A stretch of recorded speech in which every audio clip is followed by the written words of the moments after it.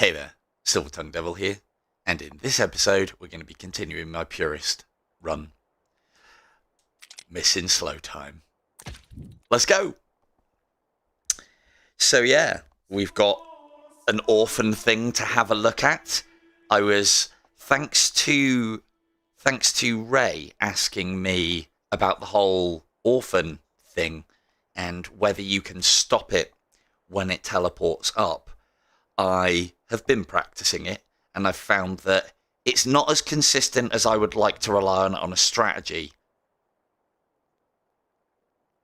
But one of the things that I've found is it ain't half good as a last-ditch attempt.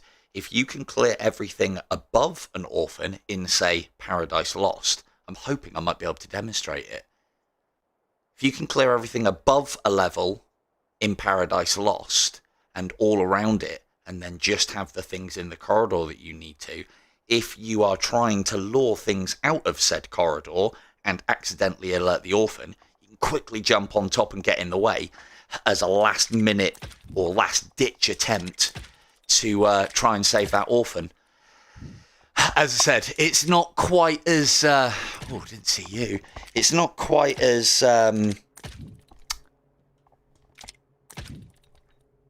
reliable as I would like it to be, so it's, I don't know, I don't think it's going to be featuring in its own tactics video anytime soon, but it might just need some playing around with. There may be some strategy to the madness, we shall see. So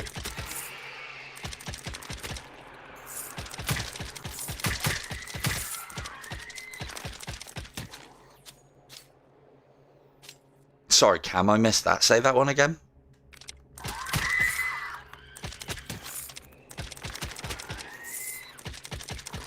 You don't need to even shoot her.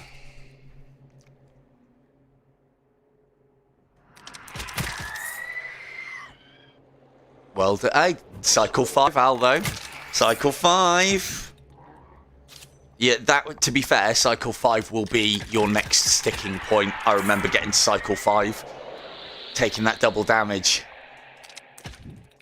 things start to get real.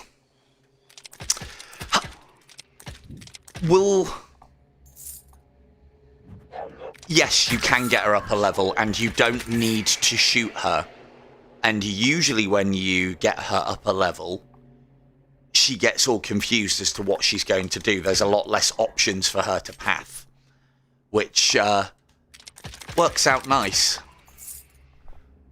for us, potentially. So, one, yeah.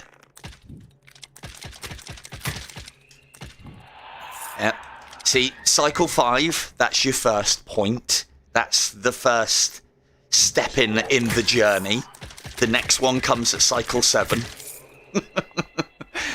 You guys are classic examples of the journey. But yeah, 5, if you can see, the thing is, once you get to 5, when you get your head around the whole double damage thing and start becoming a little bit more clever and careful, because you have to be, or, you know, just adjusting the way you play a little bit,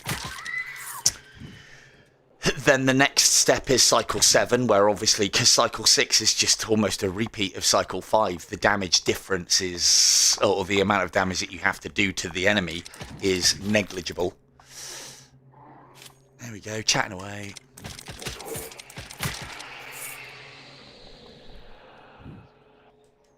Yeah, 7's a prick. But then the thing is, once you can get past the whole taking double damage thing, that's when 6 and 7 become a bit of a problem, because Anakim at 7 can be a problem, because it's the first time that you're dealing with 5 knights, and as we've seen, they get pushed a lot more often. Yep. So 7 is one. It's just a bad idea, isn't it?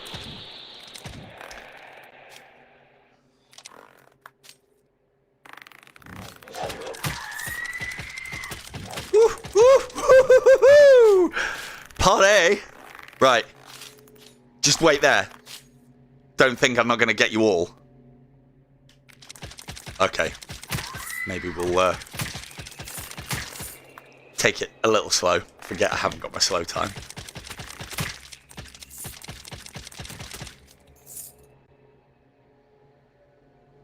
Yeah, 7 gives you the keys to 9, and once you get to 9, or 8 or 9, it then becomes much of a muchness. As for, as Cam said. Yeah, I'm binning it in there.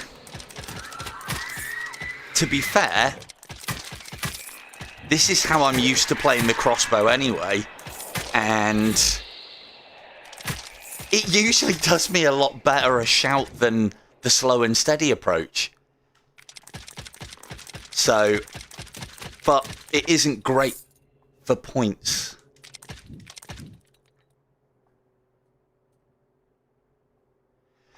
Yeah, the slow pace, excuse me, the slow paced playing is very much a thing. It's all those headshots. That's what gets me. I was playing my Cycle 18 run. I managed to put a couple of million onto that today. So I've hit my target, which is get past Cycle 16, and then my next, because that's the furthest I've ever been, and then my next goal was 30 million. Because I think the highest I've had before is like 25. And so I've smashed my goals. So I don't need to do anything more now.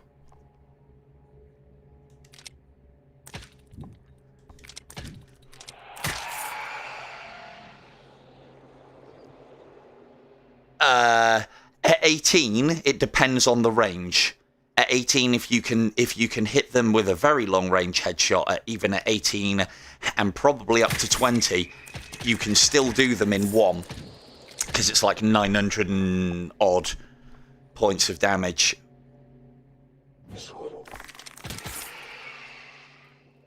See, playing slow paced is relaxing to me also, but all of those headshots and having to do it with the crossbow, having to do it with the bow as well.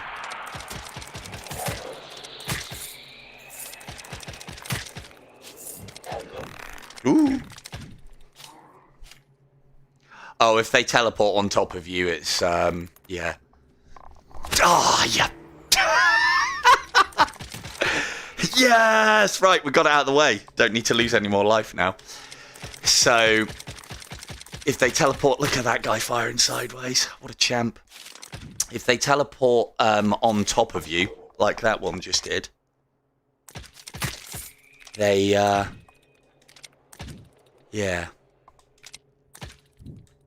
It's multiple shots. Yes, that's quite right.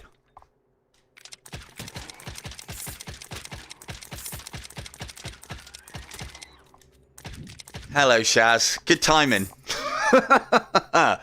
We've decided to get our hit out of the way early. So that's all good. To be fair, though, I was looking at the leaderboard and I only have to get a couple of million. I can do that. I've got loads left. Take another 8 hits. Don't know what you're worried about. I mean, we're not going to be going to LG territory today. Not in this run, anyway. But to be fair, all this life loss is all part of the plan, because I'll be dead well before this starts getting boring. All part of the plan. But so the method.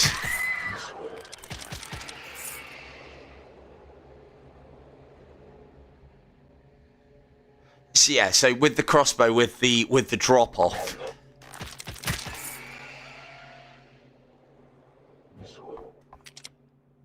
With the drop off with the crossbow, you can do 488 points of damage at like its maximum damage output over distance is 480 or 488.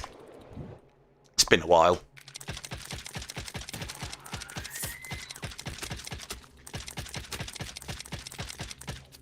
Yeah, I thought it was 488.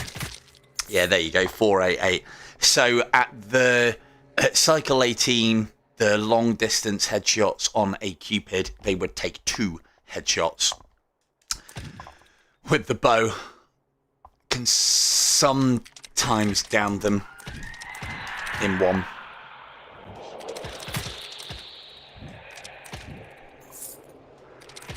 I think your right controller vibrates whenever you lose health, doesn't it?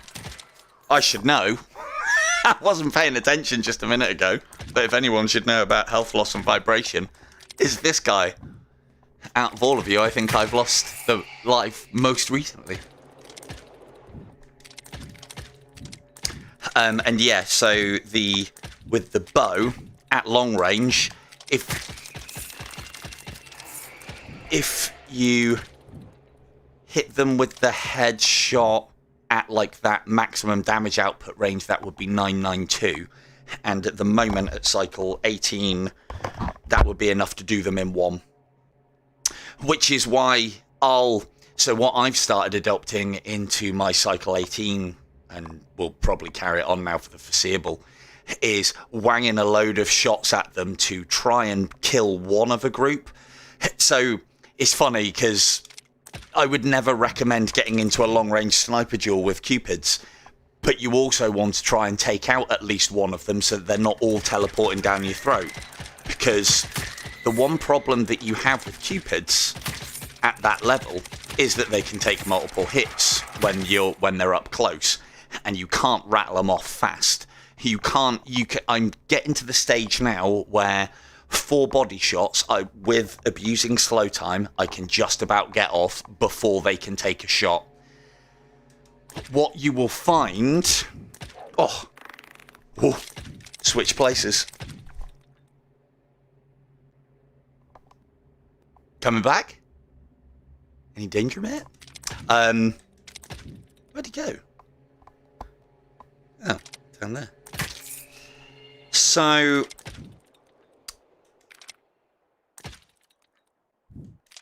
yeah, it's the further you get, though.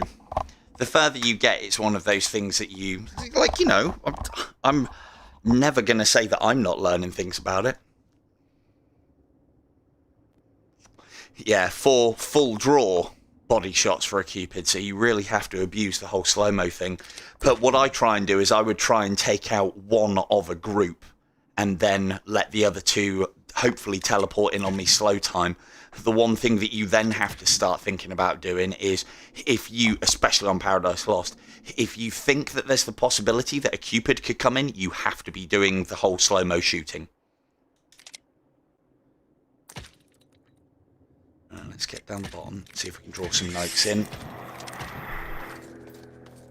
Everyone uses this spot, right? Welcome to my lair.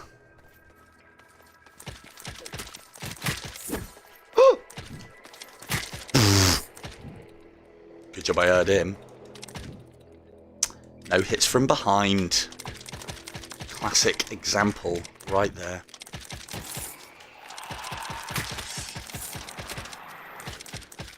But yeah, it's the one thing that I have found myself doing a lot of, is making sure you keep an eye on the Cupids at all time. Their shots are slow enough that you can usually get out of the way of them. It's when that weight of fire starts coming in and that you're dealing with something else at range, that's when they get you. Where's that one? You're not helping my train of thought.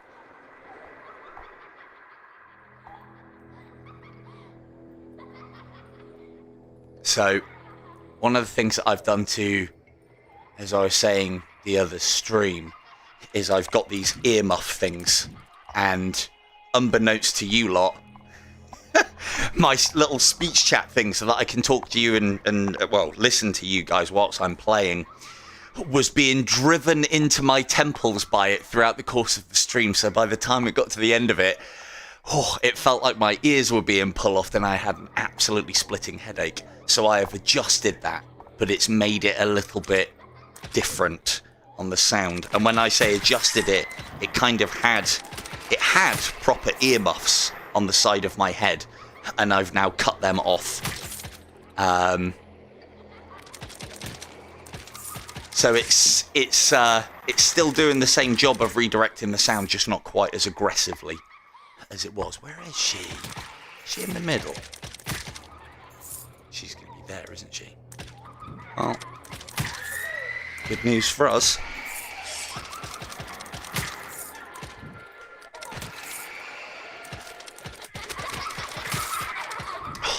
What special arrow is she going to have for us?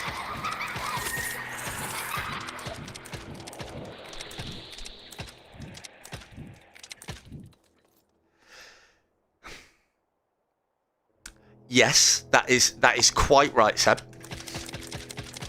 Hello, Travis. That is quite right. However, with the changes that I've made with my audio, this was my point, is that my audio is going to take a little bit of adjusting to. It's very big and boomy when I had these earmuff things on. Now it basically takes all of the surround sound noise from the two speakers and shunts it towards my ears. So, but it'll just take some getting used to. It's just a little bit different. As I said, what it should mean now is that the only thing that you guys might be able to hear is the click-clack of my controllers. You shouldn't be able to hear game audio. Oh yeah, Travis, thanks very much for adding a couple of million onto your score. Like your score isn't insurmountable enough, and you have to go and creep it up by a couple of million. Nicely done. I am watching.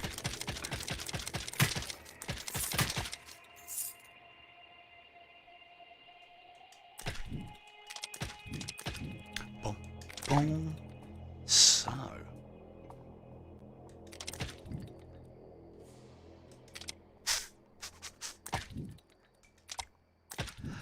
We haven't got very many options here, and I'm highly aware of the fact. Yeah, Travis is definitely killing it. Highly aware of the fact that I ain't got my slow-mo here. I tell you one thing that I did find, it was very easy to drop back into Cycle 18 play and abusing slow motion after having played this.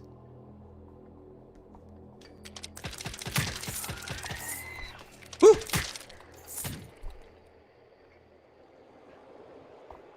Yeah, I'm hoping.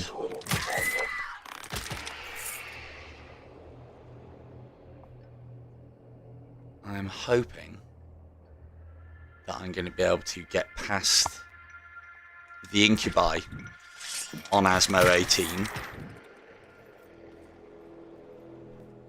using the old hog side of things. Look at this guy! Absolutely silent. Or at least I couldn't hear him traipsing away.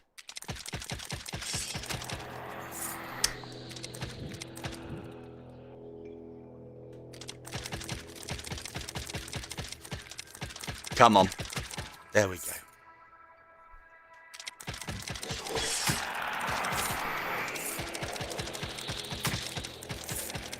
Yeah, that's cool. I don't live in... Oh, wait, yeah.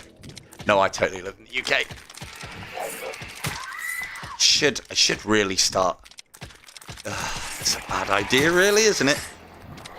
Should really start putting all the time zone conversions like Sean's good enough to do for me within the videos.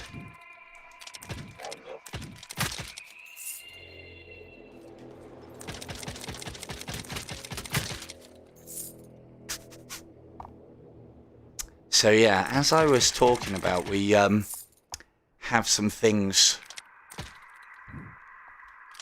to potentially have a look at as far as the orphan's concerned. I would like to make a strategy and a tactic out of it, but it might be difficult. More testing required.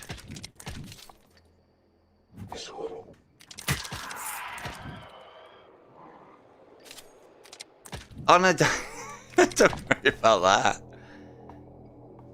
Don't worry about that, Sean. It's It's appreciated when you do it, mate, and if you don't worry about it. It's not expected, but it is always appreciated. Oh, that sounded like a Cupid. Oh, well, walk straight into him. Look at that. Brilliant. I do need to start thinking about my scoring here. I'm just rattling off the shots like it ain't no thing.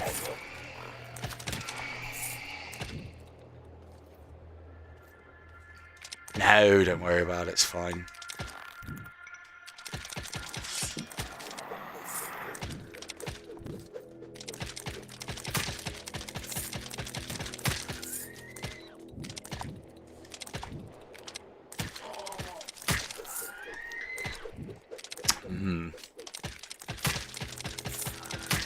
So,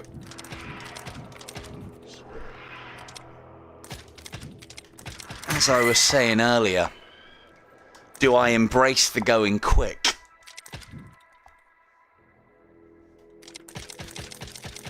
Or do I keep it going slow?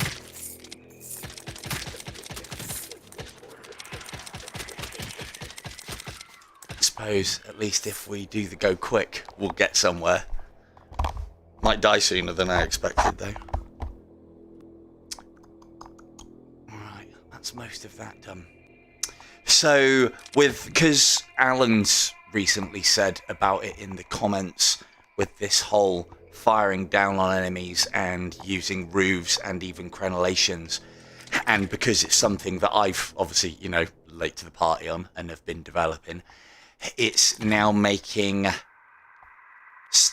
getting to the top of Paradise Lost and coming down on the level an even more valid strategy.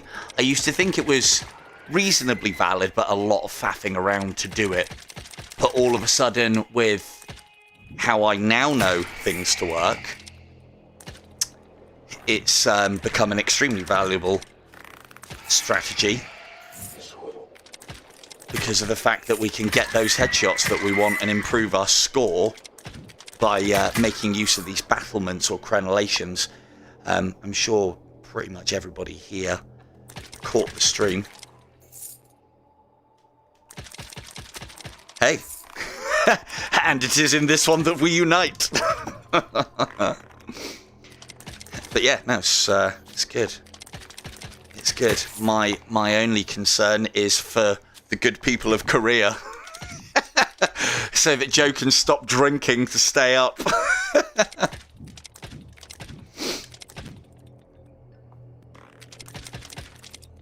There's only so many times you can celebrate till 4 AM and catch a stream. Good guy for trying, though.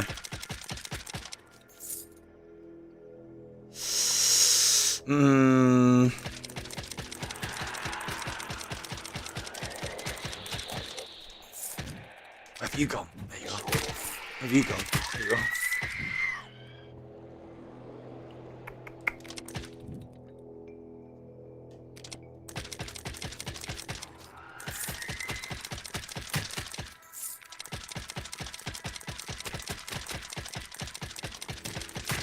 What? A runner live? Trying to kill me? I mean, we could do some runner. Might not do it tonight, we'll see. I've got, like, a backup plan just in case this run crashes and burns. There's every possibility it could. Like, I shouldn't do silly shit like this. But I'm gonna anyway. Oof.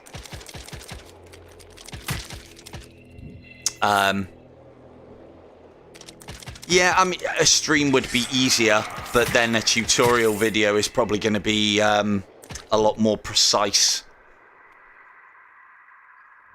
I mean, to be fair, I kind of have done. I've done a tutorial video as far as runner was concerned, but that was for the sigil. Oh, yeah.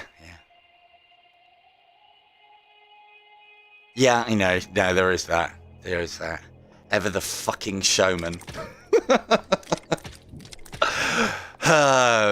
Scratch that. Did I say showman? I meant idiot. So, yeah. It's don't worry, it's as much me getting bored as Or not bored, that's the wrong word.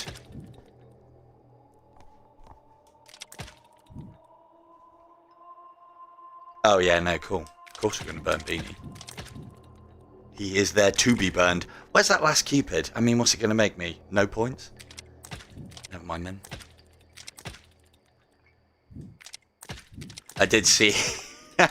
I saw that post that he put up with all the holy armors. That was hilarious. Oh, hello, Laurent. Or Mr. Courtier, rather. Right, should really kill Gabe. Nope. Nope, that means he has to be over there. Off you go.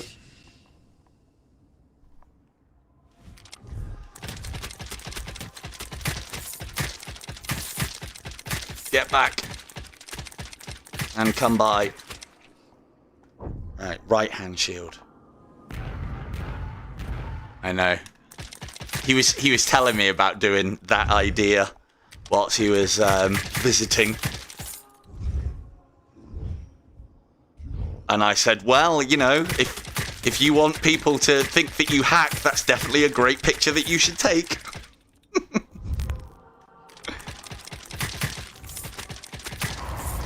No, as I understand it, you can't with the test builds. I mean, you know, I don't have access to test builds, but one of the things I can tell you from test builds I've done on other things, betas and such,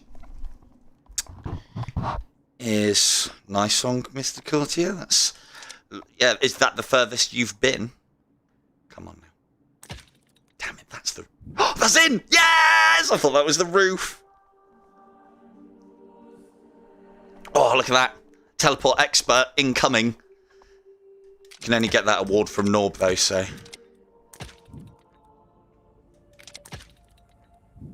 Excellent.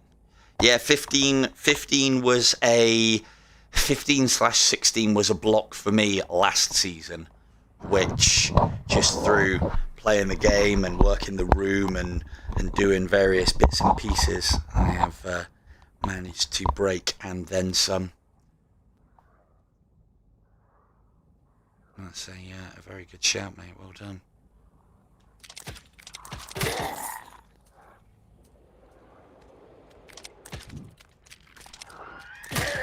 I killed you.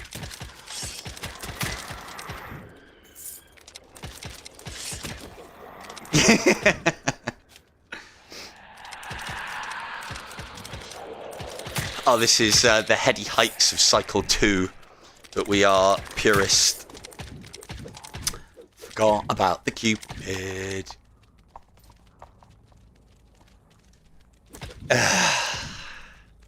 It's not just a cool shot, is it? It is the shot to make. I've seen no one else try it.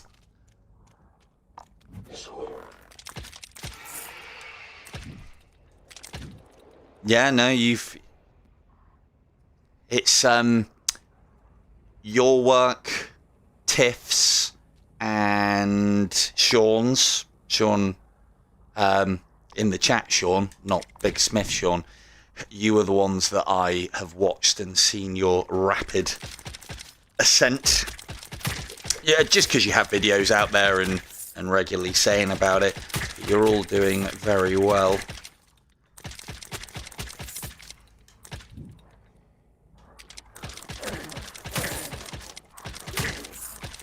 But then having said that, you know, I think a lot of you are doing very well.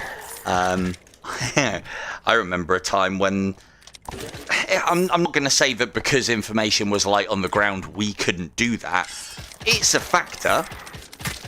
But there, you know, with having the information out there now, you guys have got something to embrace. A lot of you have come on a lot quicker than I did. A lot of you.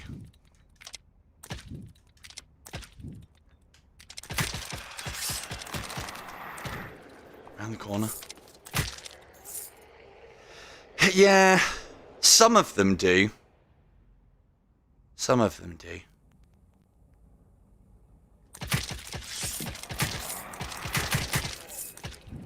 That's the sort of points that we want. It's in the next cycle where we need to start hitting those headshots because we can get multiple. Right, let's have some skeletons over here. In you come, lads. Oh, I would love to think that it is that simple that you guys can get to huge cycles and massive amounts of points because I told you to do that.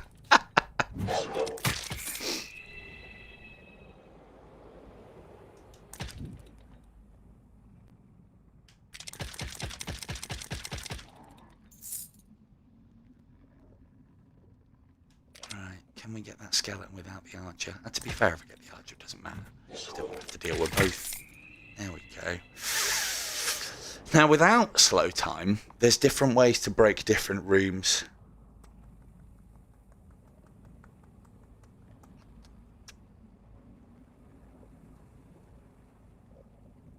Yeah, Tiff stopped playing as well, unfortunately. I mean, just like everybody else, though, she'll be back. She'll be back one day. It'll just take us something. They'll bring out that accuracy tournament they keep threatening.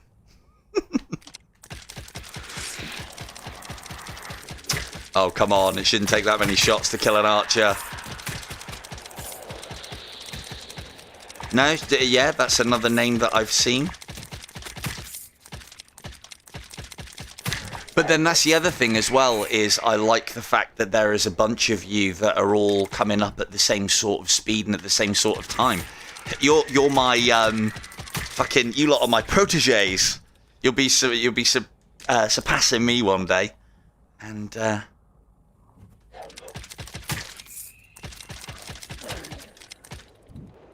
lifting all the stuff from my videos and then expanding upon it.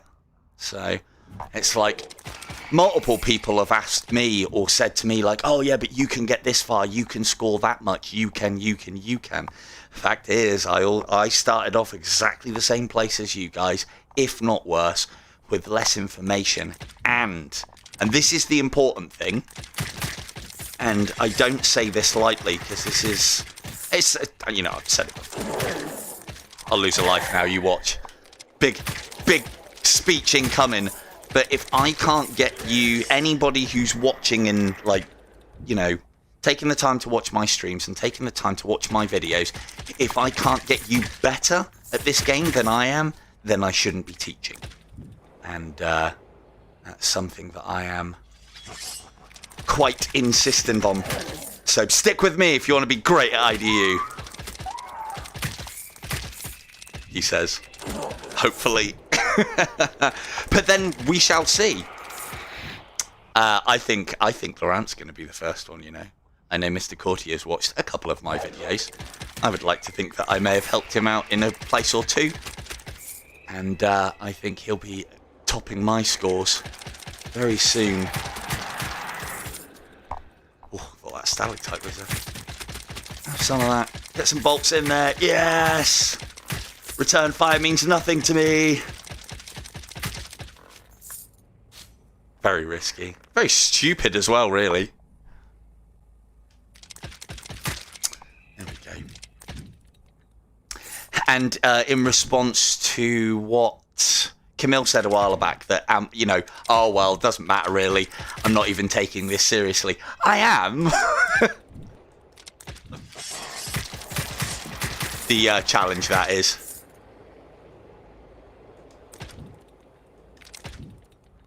Hey, there you go. I have been surpassed. Proof. No, it won't take you 5.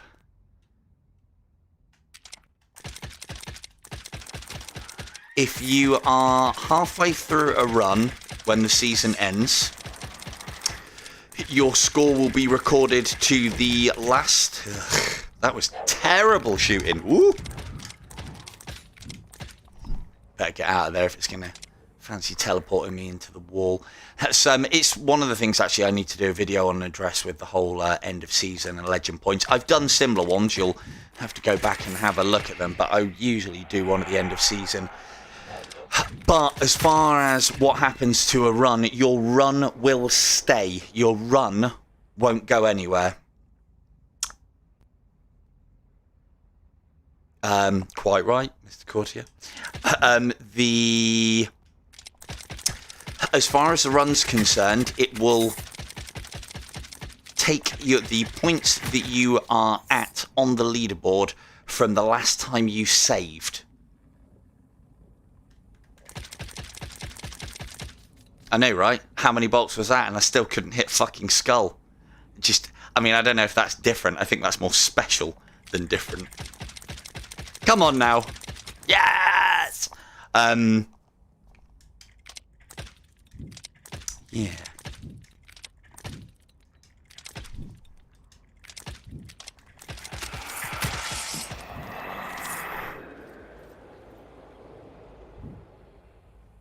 Yeah, on the run thing then, so as I say, it will record your score from the last time that you saved. That will log you as a leaderboard position. We do all have different playstyles. I mean, who fires that many bolts to take out a single fucking Cupid? This guy! The run itself will still carry on into the next season as well. So if you're not worried about finishing off a run to get your score as far as possible, but are more to do with the whole continuing your cycle won't delete itself at the end of the season. However, you should aim to finish your cycle by the end of the season. If you don't, you can continue it, but the score will not continue on into the season after. It will actually give you a warning.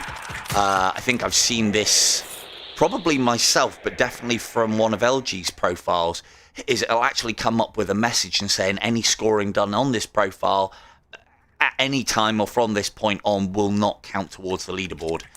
So it's, I don't know, you could view it as an empty run at that point, but then, you know, if I remember rightly, when LG did it, it was before Harry in VR's days of hitting stupid cycles, and he was at cycle, LG was at cycle 21, something stupid like that. So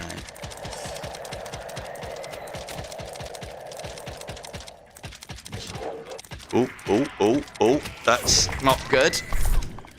Go. Oh, I almost went straight back into the plasma then. That would have been a lot of fun. Hey. Good evening, ladies. I did not hear you coming in.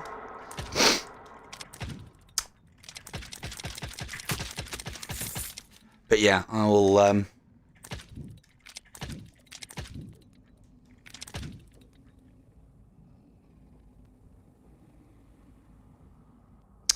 Technically, yes, because I believe the save state... I'm trying to think of an example, because I have had saves that were done before season end, and then in the new season had the new things. So, for instance, like the BAT, DS3s, DS5s, also new achievements would proc up on the thing. So I think, although the profile and the save are related, the profile and the save are not related to the game's state, if that makes sense. So I would have said it wouldn't be, it should be for what you're trying to do, sneaky, for what you're trying to do. It's always when I'm talking. For what you're trying to do so that you can have high cycle save at a much higher cycle in another season, yes, it should do. But again, it depends on the changes. The changes that have been done so far have been additions to the game, and those additions have usually carried forward, or I think they have all carried forward in every circumstance that I can think of. If things were changed from one season to another, like say for instance, they took out Black Knights and replaced them with, I don't know, Flaming Skull Knights, but something was actually removed from the game and the new thing was put back in, that might not, but then having said that, it should be. Oh, you can come and play up here. I'm not shooting you down there.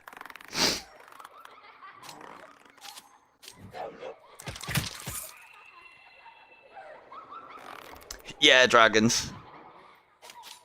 Nice big fuck off dragons in this game. I liked what, I can't remember who it was.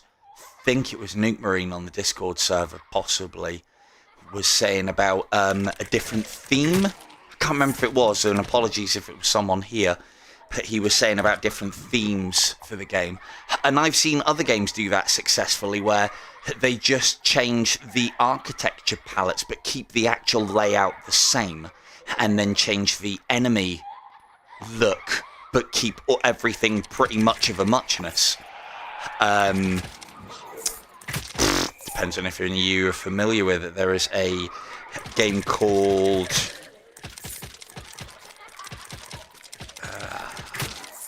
Running Headshot.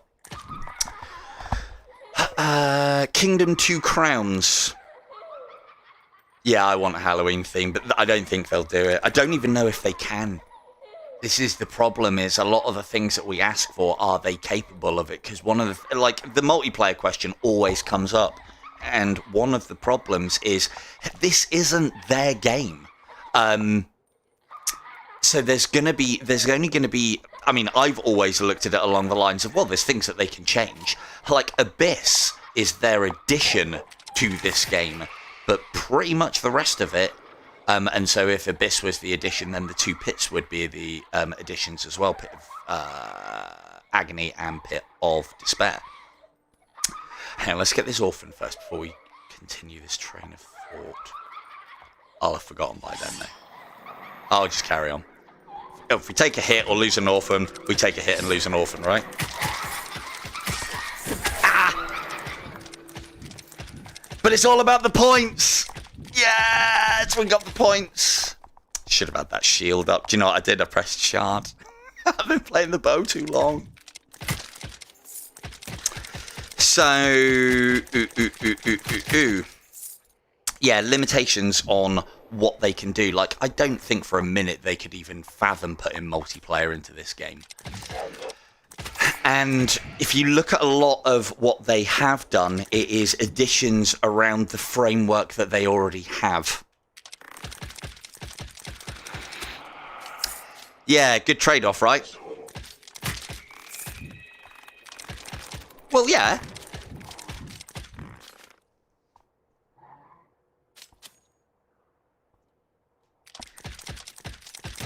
Disrespectful. Hey! Interesting angle you have there on your bow. Hey, look.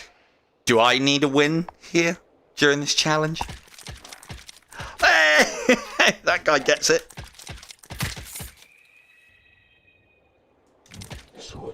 But yeah, this Kingdom Two Crowns that I was talking about, that is, you can basically play the same game but three ways, and you can have it as a medieval kingdom, you can have it as a like samurai and Japanese themed kingdom, there is a Viking themed kingdom, and I think there's also like a nightmare or mythological kingdom, and they all are pretty much the same game with minute changes.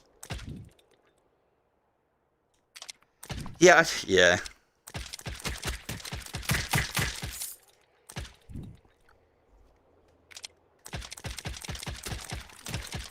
I am trying, Camille.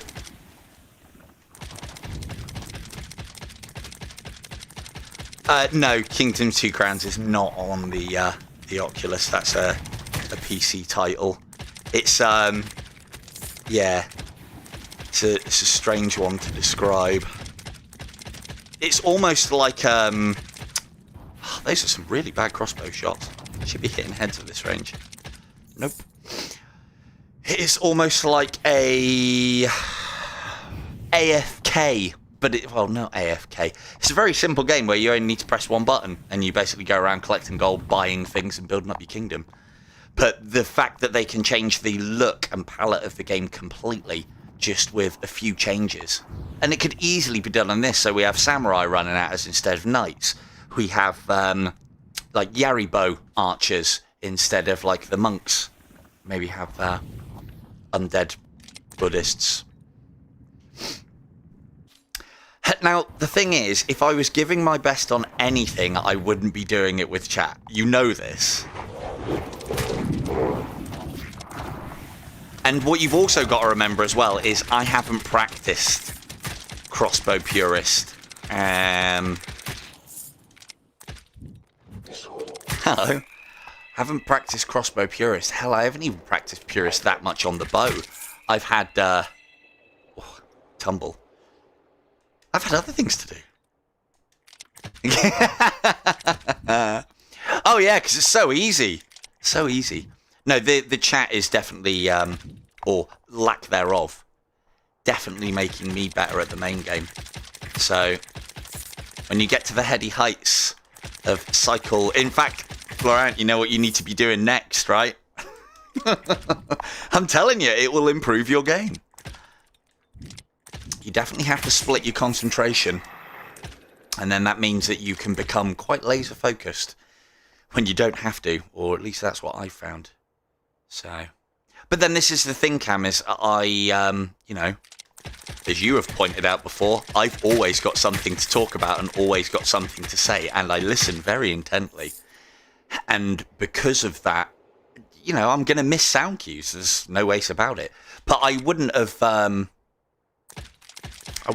this if I didn't think I could at least get a decent score. I'll be top page after this, I hope.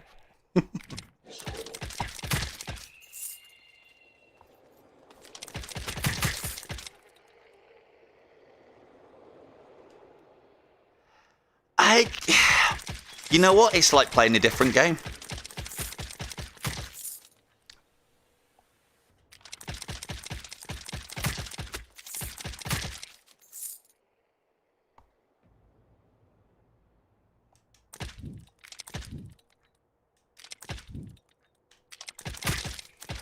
Well, that's it. Well, as far as the million scores are concerned, that is kind of how it is.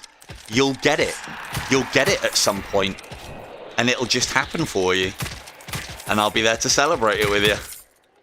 But it literally is just that. You're playing at such and such a level. Jesus Christ. See? You're playing at such a level until you're not. It's a strange one. The gains that you get in IDU are usually big leaps.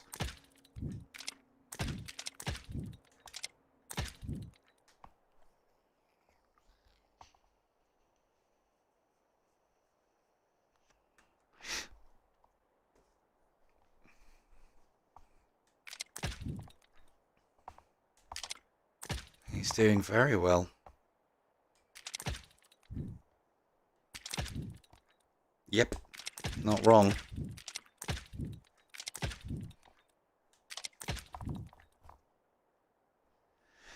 I remember that same post.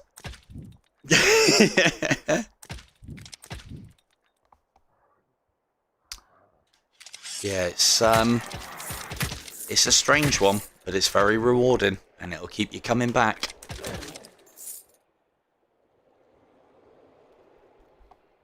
Let's do this clever.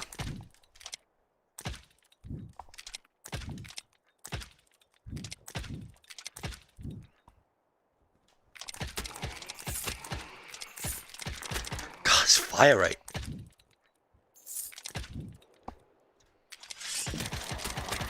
But then, you see, you say having it click is very satisfying. You've all been there already. This game does not have just one click. You know, there's the click when you beat Anakin for the first time by, like, spamming him with cats like nearly everybody's done. And then there's getting through Paradise Lost. Then there's killing Gabe. Then there's... I mean, usually most people are alright with Abyss, I think. And then there's the click for getting Asmo done. And then there's the click for your first cycle. There's many of them.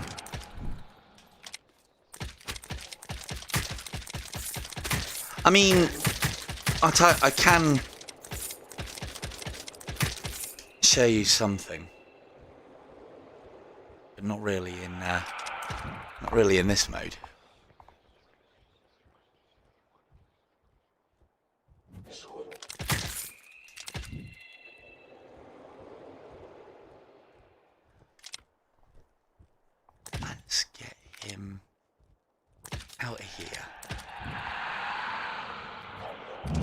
Yeah, Asmo can be an absolute killer as far as a boss is concerned. But the one piece of advice I would have for anybody who is trying to do him is figure him out for yourself. That's quite a big one, in my opinion. Don't look at the videos until you're ready to hon the techniques.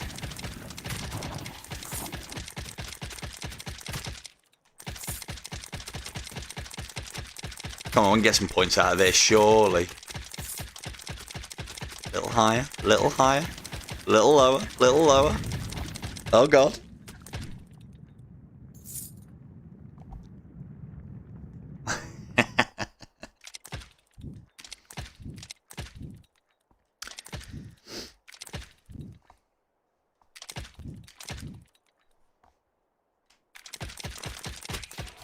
Ooh.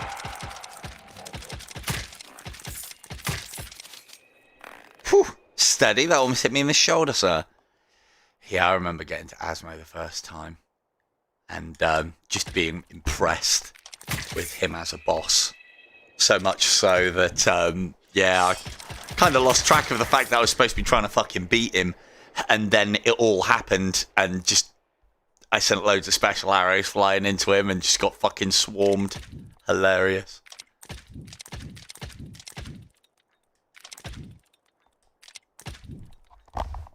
Sometimes, Camille, I sometimes listen to you. What did you say?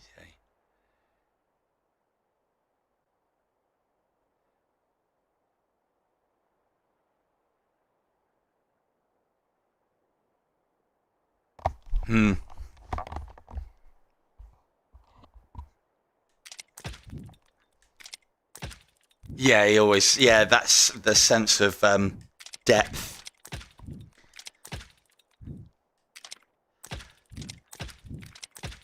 What, hang on, an Easter egg that's actually in the game? You weren't making a lot of sense with what you said. I didn't quite pick that up.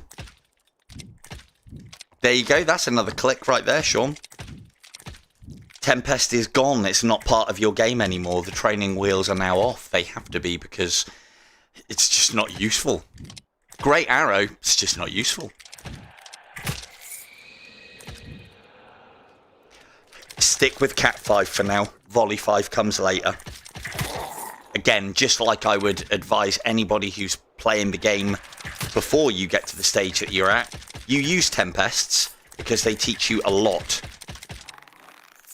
And they also allow you to get past situations that even at your current skill, aim level, or whatever. Oh, where's that? That's down and round. That's not a bad orphan.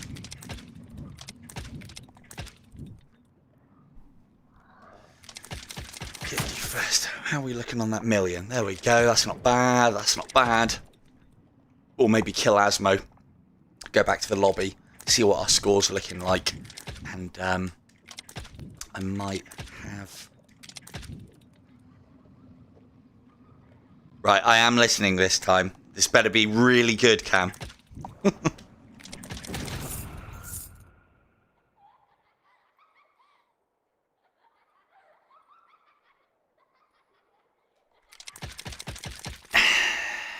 Good question, Nob. I'll come to that in a minute when Cam's done his bit. Gotta go.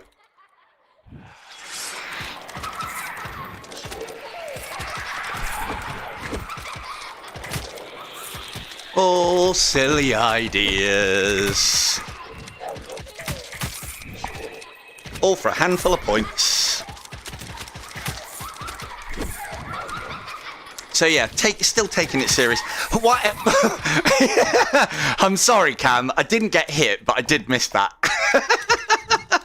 I didn't do that on purpose. Right, I'm gonna have a wet of water and I'll have a little read. Very high. Some rafters. Oh yeah, no, we know about the rafters. The thing is, the rafters above. Oh yeah, sorry, I'll let you carry on.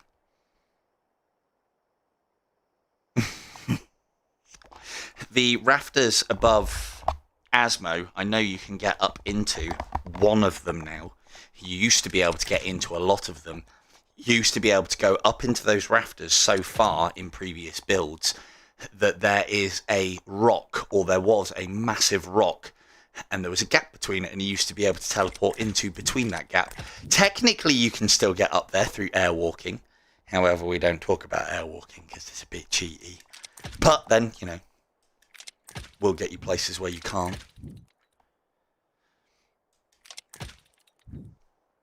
Oh, yeah, I know of one. Sorry, I should qualify that.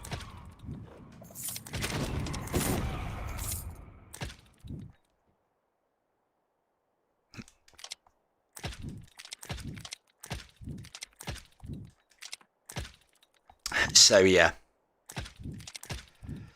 Yeah. So what Laurent said there.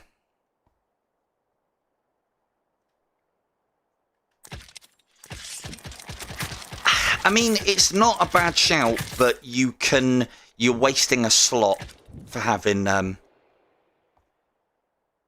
poison arrows. Because you can just stay nearby her or put a hit into her to stop her getting away. But then this is the other thing as well, as if you found a use for them. Okay, well, we'll have a look at that when... maybe we shouldn't try that on the stream. You can try that on your stream. So yeah, so what Norb was asking was, you know, is Cat 5 a worse shout than Volley 5? So Cat 5 has been a staple in most high cycle play because of the fact that it is a good finisher for Anakin.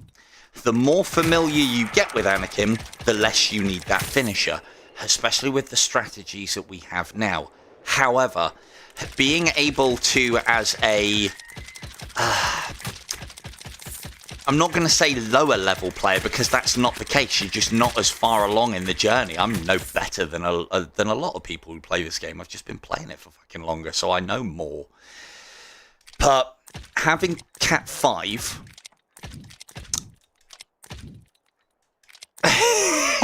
Look, you want me to take this seriously, yet you want me to do things in stream. Well, we'll see. I'll let you give me some instructions, and I'll see where it's going. And if I like it, I will carry on. If I do not like it, I will bin it off. Uh-oh.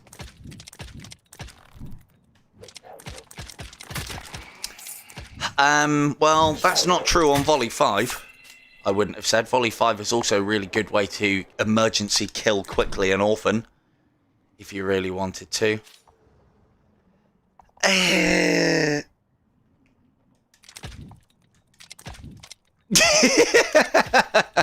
Exactly. Yeah.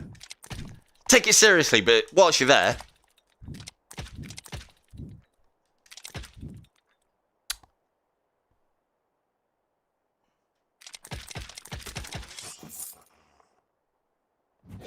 Woo! Right. I'm hearing a lot of excellent point, Laurent, and I was busy listening for enemies. Get a little smoke quick, and then wet water.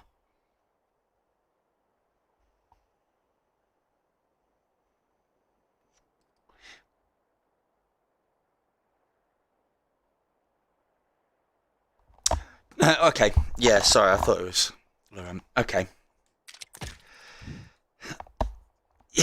Yeah, there is that. Volley 5 you can use to take out the horns and the dorsal phalanges quick sharp if you wanted to. Volley 5 also comes into its own when, say for instance, you get into a bit of a dangerous situation with, say, an orphan, and you have frozen the things around the orphan, but you then want to kill those enemies before you take on the orphan, but there's a few of them. You can rest on your Volley 5 instead of your Winter's Bite So instead of using multiple Winter's Bites to keep them pinned down and shooting them, you can start clearing their numbers quickly. So say, for instance, with an orphan, let's say you've cleared the entire level and there's, say, 4 enemies in a enclosed space and the orphan's there. So the easiest thing to do now that you've cleared the rest of the level would be to jump in there, Winter's Bite the 4 enemies. At these higher cycles, we know that we can't kill that orphan and get out before the freezing effects die off. But what we could do is freeze them, kill them very quickly with Volley 5, and then we've just got an easy time with the orphan. That's one of the things that I use it for. Early doors, if, for instance, I had Volley 5 on that orphan, and I didn't, I mean, this is very Purist based, but you could use that Volley 5 to quickly finish up if you were in a dangerous situation without having a lot of resources. It's the one thing, it's maybe the stage that you're at, Laurent, and you'll start to see this soon, is, because I've had it, I had it very recently.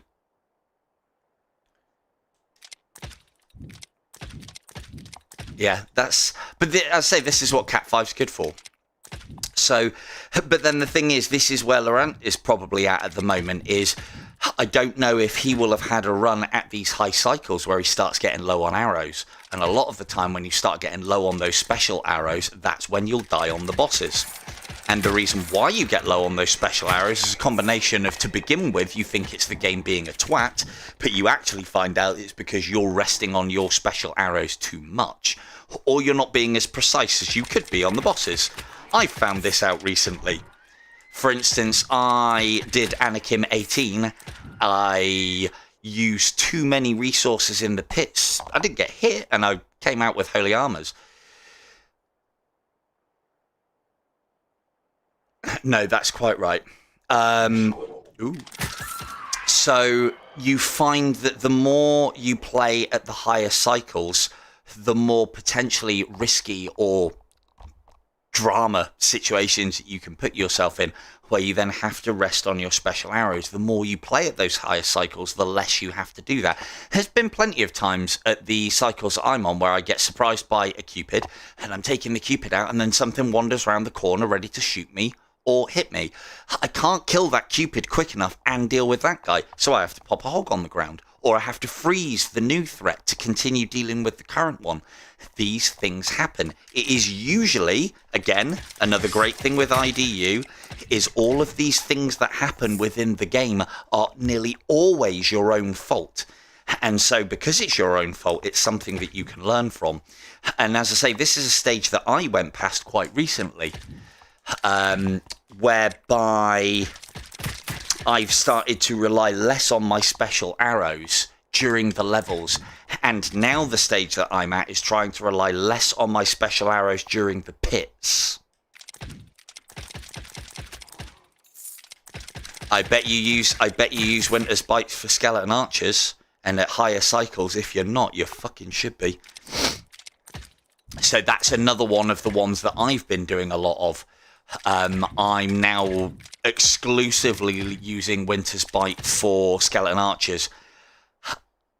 I try to avoid doing it on skeleton warriors, but I've had too many situations where I've been hit by that fucking teleport thrust strike.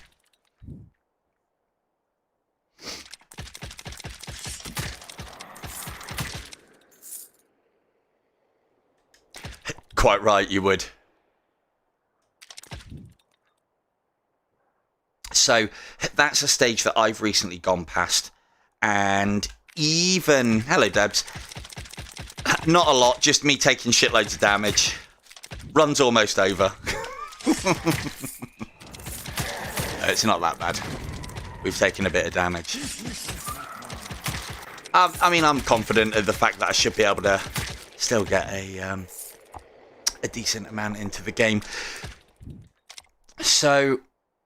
We were also talking about, so does this mean then that we need to start making the switch between Cat 5 to Volley 5 now? The fact that you are aware that that is a switch that you need to make, just like whatever point in your journey you're at the moment, you are aware that Tempest is not going to be the greatest arrow forever. You are aware that...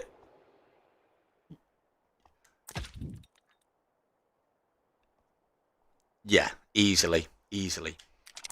As Cam said. But with Cat 5 is something that you can rest on the lower cycles. But do you know why Cat 5 becomes irrelevant later on? Because it doesn't put out enough damage in comparison to other arrows. And you find that the game starts to change at those much higher cycles. Right, and that's what, again, Laurent, you are not a million miles away behind me on that front. Because I've only just started getting into the habit of doing that with my Volley 5 switch recently. I'm usually alright. I'm usually okay with taking the horns out. Because there's ways and means that you can do it. I do end up resting on some of my other arrows, like Winter's Bite and Hand of God, just to slow everything down and stop it. So, you know, there you go. It's another thing. It's something that you'll find.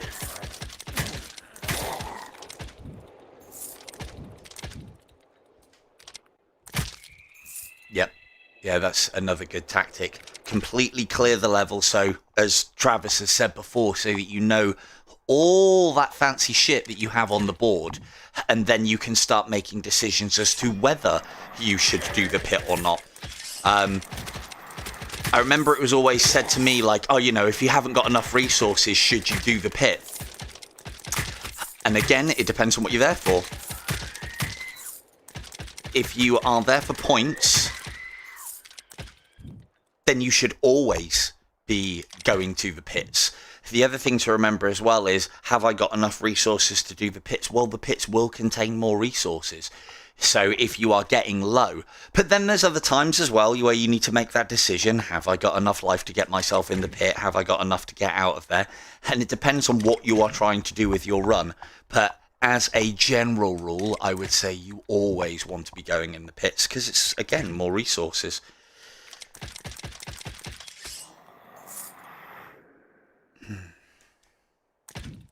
But yeah, playing what's on the board and making use of it.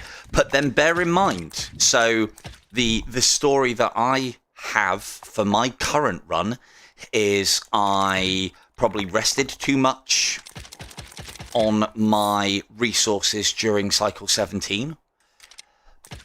Got into some situations like Camille was saying about where I've used arrows where I really shouldn't be. And it slowly drained my resources. I then got to Asmo 17 and found myself using an obscene... Yeah, I know. An obscene amount of shots. Yeah, I know. An obscene amount of shots into the Incubi at Asmo. And the knock-on effect with this was then that when I went into the pits, I found I didn't have very many resources at all, to the point where I couldn't restock my Hands of God. So, Hands of God going into Anakim 18 at this stage, having been trying to play carefully and trying to play conservatively and trying to play with what was on the board, I went into Asmo with, thankfully, both of my quivers of Winter's Bite. 15 Hands of God, which even I thought was a bit touch and go for how many I thought I would need. And I had to replace Volley 5 with Volley 3 because there was literally no quivers for me to restock Volley 5. Which was one of the hardest decisions that I've ever had to make in this stupid fucking game. Sorry, 2 seconds.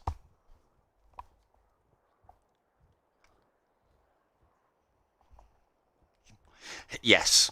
The other thing that I would add to what Travis says as well is if you're ever in a situation where you've got 1 armor, you're up to 2 armor, and you're looking at going into a pit, 2 armor should be enough to go into the pit with. You don't necessarily need to take the 3rd armor in with you, because I've had it on a few occasions, especially in Abyss, where the reward is a holy armor. And so if you can have another one waiting for you when you get out, well, it just allows you a lapse in judgment or a mistake or something along those lines. One of the worst situations that you could be in, I think, in this game, or I found, is having full holy armors and another one to pick up. I hate it. Absolutely hate it. I shouldn't, but I do. Because you can only have a maximum of 3 holy armors. For we are a mere 3-headed troglodyte archer. I mean, how else would we get 3 holy armor helmets on me? So... But yeah, so with Cat 5 is a very useful arrow. There is still the argument that you could carry on with Cat 5 for even longer than we all are. But as you'll make that decision yourself, just like you have to make that decision with when you get rid of Tempest. Just like when you have to make that decision as to when you get rid of, say, Curse, or any of these other arrows, really. There's a reason why a lot of the arrows that are in the game are not used.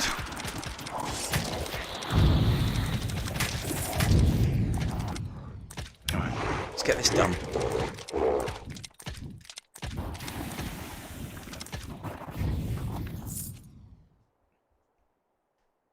Up you come.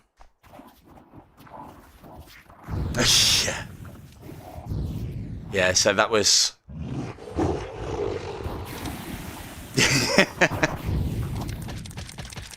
All heads covered. Nice. But yeah, so the experience that I had, continuing on with my little stupid story, is by the time I finished Anakin, I literally exited the level. It wasn't touch and go. I'd killed everything that I needed to, so it's just about then skipping around the level and finishing Anakin off. Because all the archers were dealt with, or the vast majority were dealt with, so I didn't need special arrows anymore at that point. But I basically went into Paradise Lost 0 across the board. Horrible. To the point where I was eyeing up things like Divine Sight 3 and Design Sight 5 to at least replace the volleys. And they're not bad substitutes. I saw no Winter's Bites. I saw no Hands of God.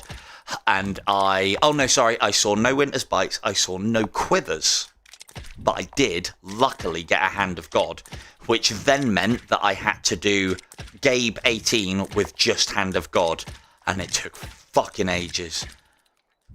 Gave me a lot of points, but it still took me fucking ages.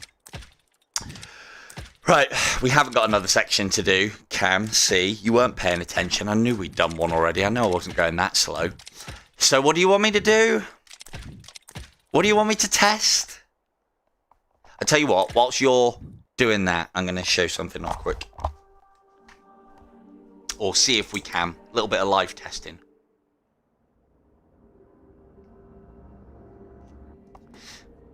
Or is it an easy one?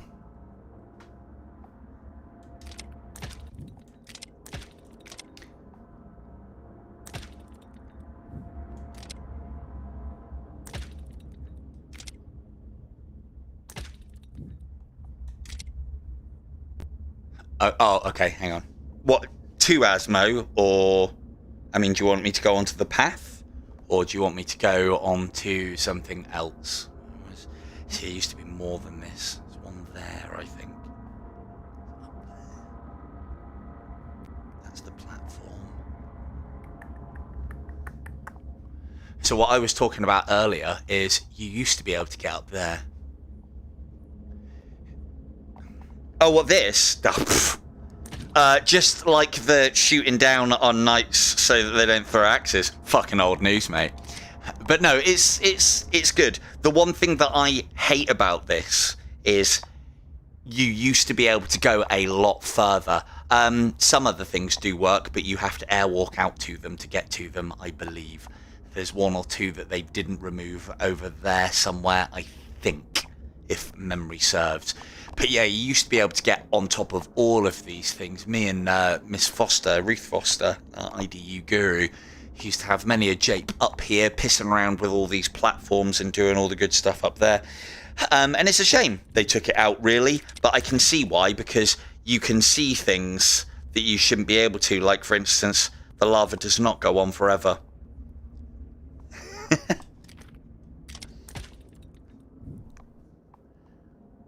Yeah, no worries, dude. But yeah, you used to be able to go really, really far up. And it was great, but they slowly started taking those bits and pieces out because they realised that players were using them, and then you can, as I said, you can see things. And, you know, there's lots of things that are hidden out there that you're not supposed to.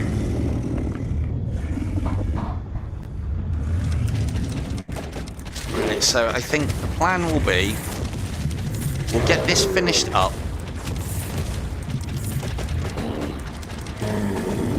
Oof.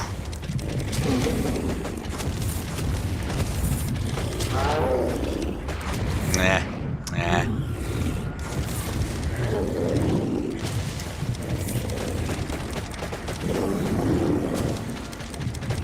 Come on now.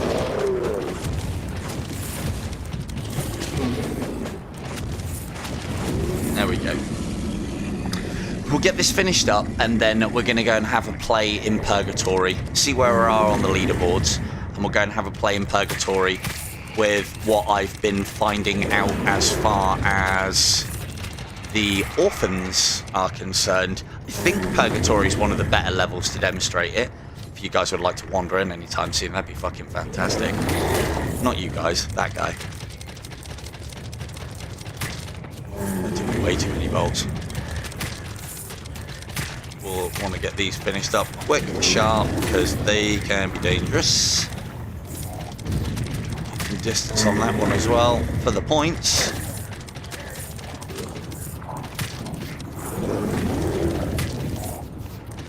No, there's one left. There you are. Not because I was counting, I was guessing. There we go. But yeah, what we're going to have a look at in Purgatory is my findings from a question that I was pitched by Array S as to what happens with the orphan as far as raising levels and such. And I will show you what I've been playing around with. Should have done it a lot sooner than now. But there you go.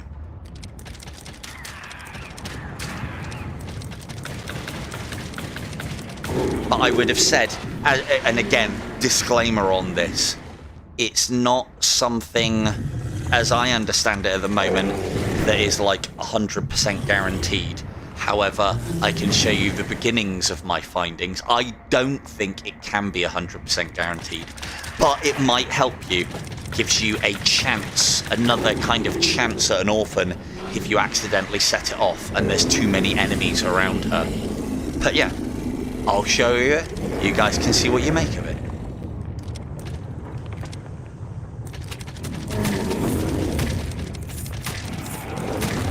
Points, points, points, points, points, points, points, heads, heads, heads, heads, heads. There we go. Whew. Missed that one. Nah, I probably shouldn't kill any, really. Just in case. Got a lot of dodging to do.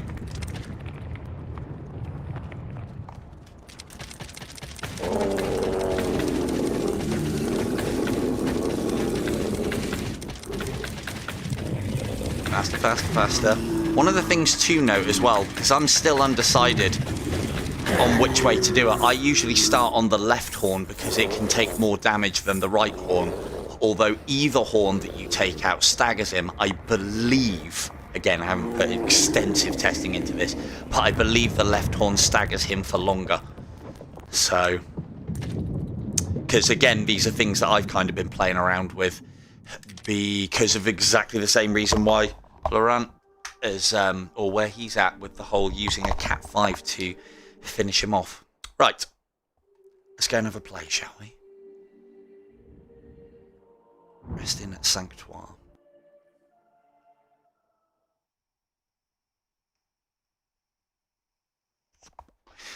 So we'll continue that in a minute. We'll see where we're at on the board.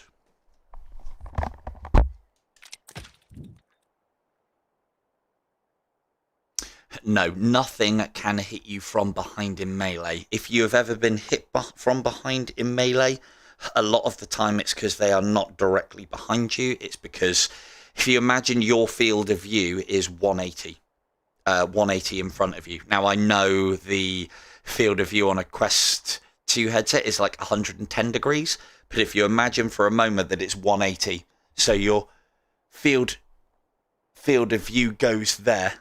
I like doing that. I don't see anyone else doing that. I think it's just a nice little trick. Because I always find that if I don't do that, the Cupid can hide behind things. And I don't like that. I want to get rid of that Cupid as quickly as possible. So if you imagine you've got a 180 arc in front of you, if you turn your head slightly, that 180 arc is now projected over here. Although you can't see it, they can still make use of it. And that's where you will take your hits if you are being hit from behind. So there is a situation where if something is coming up behind you quick sharp and it has already started its attack, even if you turn as fast as you can, you will still get hit. Is another thing. Oh God, we didn't even make top 10. Whoa. 17. Ah, well, at least if we get this son of a bitch call me beanie out of the way, then happy days. I assume that's what it stands for. So let's unequip this a second. There we go. I don't know about you guys, but I always get worried about Purist, Fletcher, and Runner, and running main runs at the same time. It hasn't been around long enough for me to trust it yet. But there we go. Oh, look, there he is, look. So let's go and have a look in Purgatory and have a piss around there for a little bit. But yeah, we'll do that as well. We'll do some of that live and see if things have changed or if I can extrapolate on things a little bit more. We've got lots of other bits and pieces that I can test out whilst I'm doing things.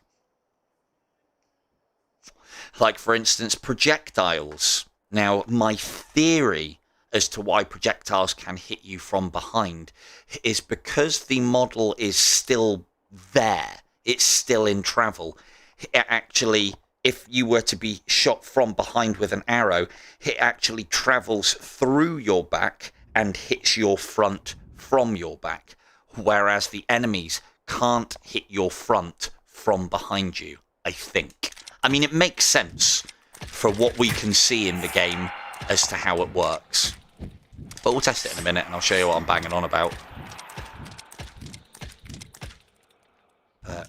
I do have some videos up of it. Or a video up of it.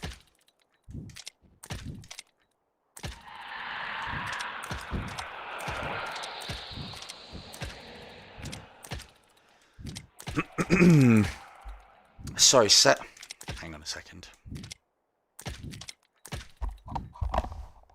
Yes. Don't always stop when you get on the crenellations.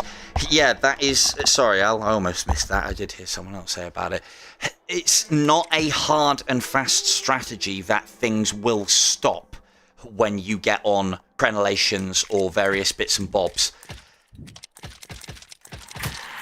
But as a general rule, and it's general enough, like for instance, if you get up here, I guarantee you everything will stop because you are well off level. A lot of the time, you will find that it might be because you are here and you are slightly lower, and the Knight or Abomination chances the fact that they can probably hit you from here. You are technically right at just out of their range. It's about having the high ground. We've all seen, like... Yes, there are a lot of basic drops in Purgatory. We all know, we've all seen it's one of the things that I was actually going to take the piffs out of in a video, is we've all seen Revenge of the Sith, right? The third of the Star Wars films, where, you know, Obi-Wan turns to Anakin, and basically, if Anakin is an abomination, let's go and test it. Let's go and recreate a Star Wars scene, shall we?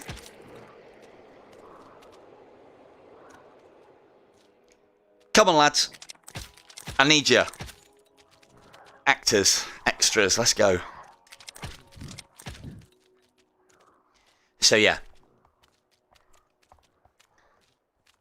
Again, this is... I can't remember if I've done a video on this. I should do a little 30-second short. But... stopped.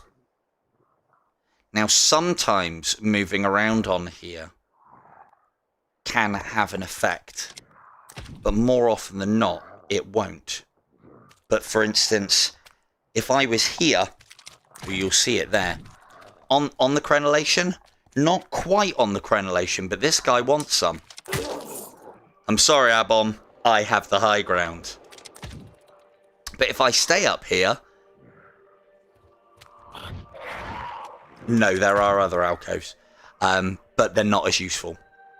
So, as I said, there are times where they will attack, but as a general rule, if you can find a point where they will stop, they will not. I think a lot of his attacks are actually due to proximity, because he can hit us up here, he just chooses to not try. Hey, hello. So, like, for instance, up here, though, I'm sorry, Abom, I have the high ground. Don't try it.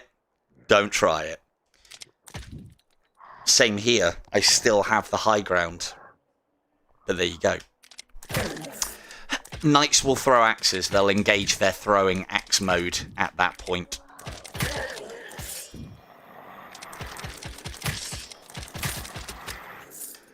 They can do. Abominations can move whilst you're in the alcove. Are we going to be able to try this? I don't know. Find the... I don't think it's going to work here. This is the wrong...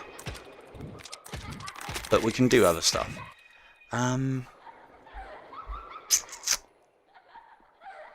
Don't think it'll work here. So what we're going to try and do is we're going to try and alert the orphan, make her teleport out and be above her. One of the things I haven't actually tried is being above her on the rafters, but I think that would just... Because she has line of sight on you, she would just run away. But I think there's rafters in this one, so I'll try it. Yes, there are. Right, let's see if we can clear the area out a little bit. I need a lower building to demonstrate this properly, which again is part of the reason why this will work, but it has limited application, although it could be quite useful in some scenarios. I found it very useful in Cycle 18 not so long ago. So, I'm going to have to clear all of this out first.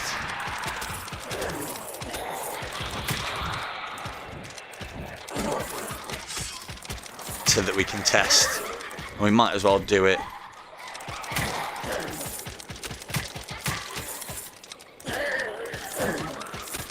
I don't think there are different speeds on locomotion. I know other games have that. But yeah, I think there's just one. No, you cannot. Locomotion is locomotion. There is one speed and one speed set, which is good, because I have seen other games where locomotion can be adjusted, and technically, you being faster than somebody else could be, you know, it could be considered an advantage. So the fact that we all have to loco at the same speed is a good thing. I wonder if I can push her to somewhere, you know, where I can demonstrate this. We don't need you up here. There we are. So, just in case you don't know, if you are close to her, she cannot teleport away. Another thing, more often than not, if you are in front of her path, she will run away. No, it's just because I'm shooting fast. That's why it looks like it, I'm sure. As a general rule, if you pursue her with locomotion, she won't be able to get away. It's also when you get really close is when she actually does her teleport. I don't think... if I can chase her up the stairs, I can demonstrate what I want to demonstrate. We shall see. If we don't get too close and we can force her out that way... And notice how, I mean, there's an element of her heading towards enemies as well. That's another thing that she does actively do. Ooh! See, it always drops Cycle 1 for me, even though it's supposed to be rare as fuck. Off. No, through the door. Come on, love. Damn it. Follow my own rules now because I want to check something.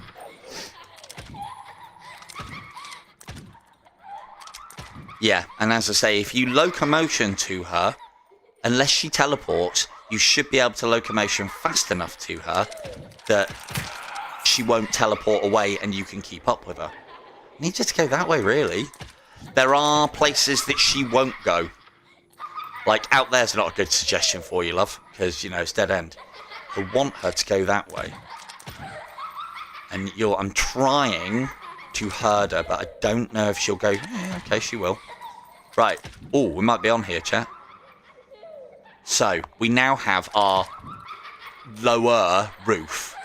So, imagine the scenario, if you will. That's all filled with enemies. And you hear that. Look for the light. And instead of her teleporting out, she will teleport up. No, I didn't have to hit her. Hopefully you saw that. You could see like a little glimmer of light through there. And she will teleport up here. And more often than not only will she teleport up here, but she'll get awful fucking confused as well.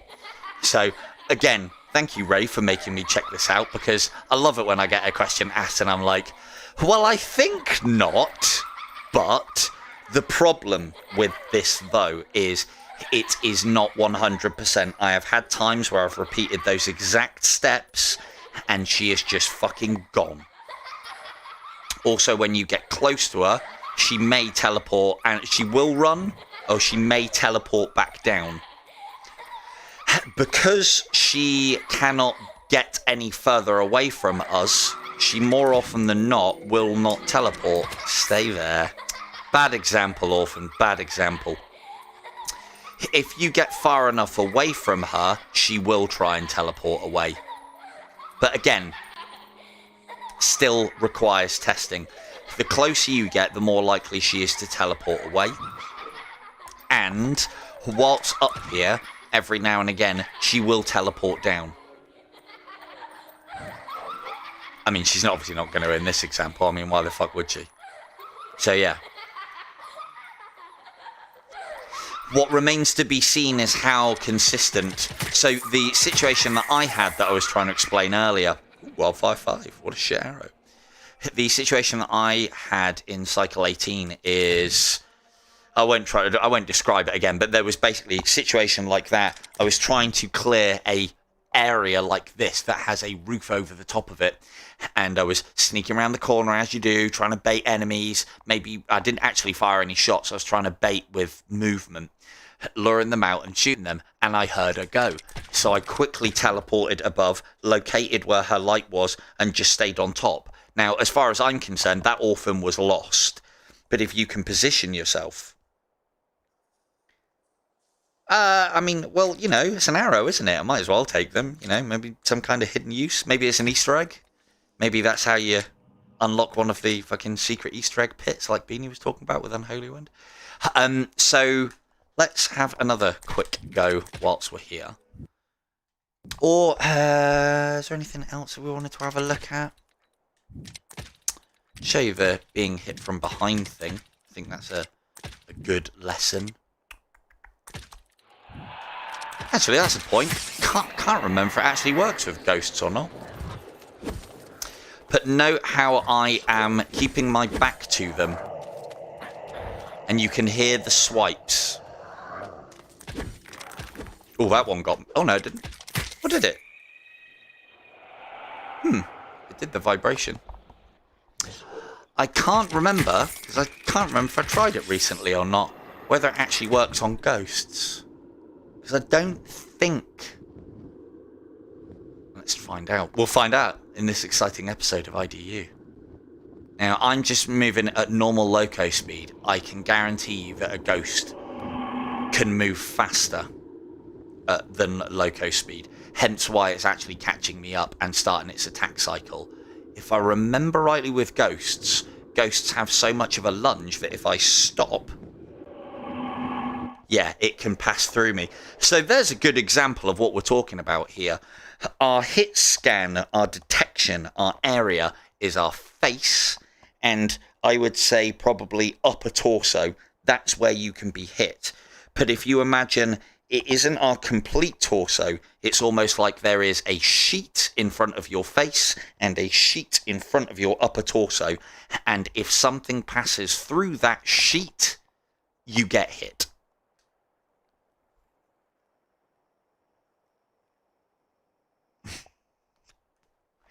Well, that was slow and steady.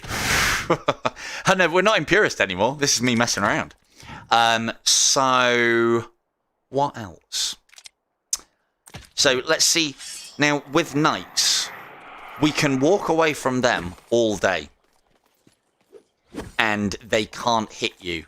I don't think their lunging strike plunges far enough. Ghost, when it lunges a very long distance. You would think the lunging strike with the knights should pass through, but the one thing... Ooh, I wonder if you just did a lunging strike then. Damn it. The long and short of it is I can't understand every element. No, Wildfire 5 doesn't do as much damage, even with the burn on top of. So, for instance, Volley 5 does 5,500. Oh, that was because I took a hit. Hang on. I think this does about 3,600 plus burn, which isn't as much, basically. Oh, minus 4. So 4,900. So 5k plus the burn effect. So Volley 5 is only slightly better. Now, why would we then not consider using Wildfire 5 instead of Volley 5? Less ammunition in the quiver by quite a significant margin. And hello, Vega.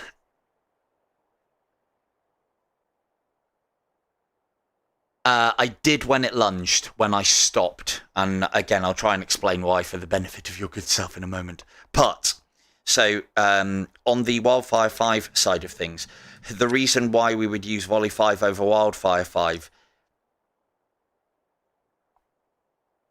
No, Wildfire 5 is an option. If I'd have seen a Wildfire 5...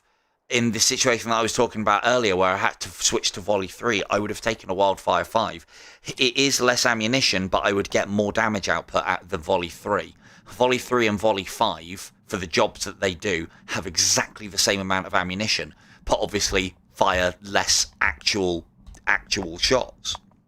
So, the reason why Wildfire 5 is not preferable to Volley 5... Oh, I'll tell you what, chat. Can anybody tell me why Volley 5 is a better shout than Wildfire 5? And this is like quite a hard question, I would imagine. It's the, I can think of at least one good reason why you would want Volley 5 over Wildfire 5 at the higher cycles. And therein lies the answer to the question. This is a higher cycle thing that we are considering. So yeah, answers on a postcard.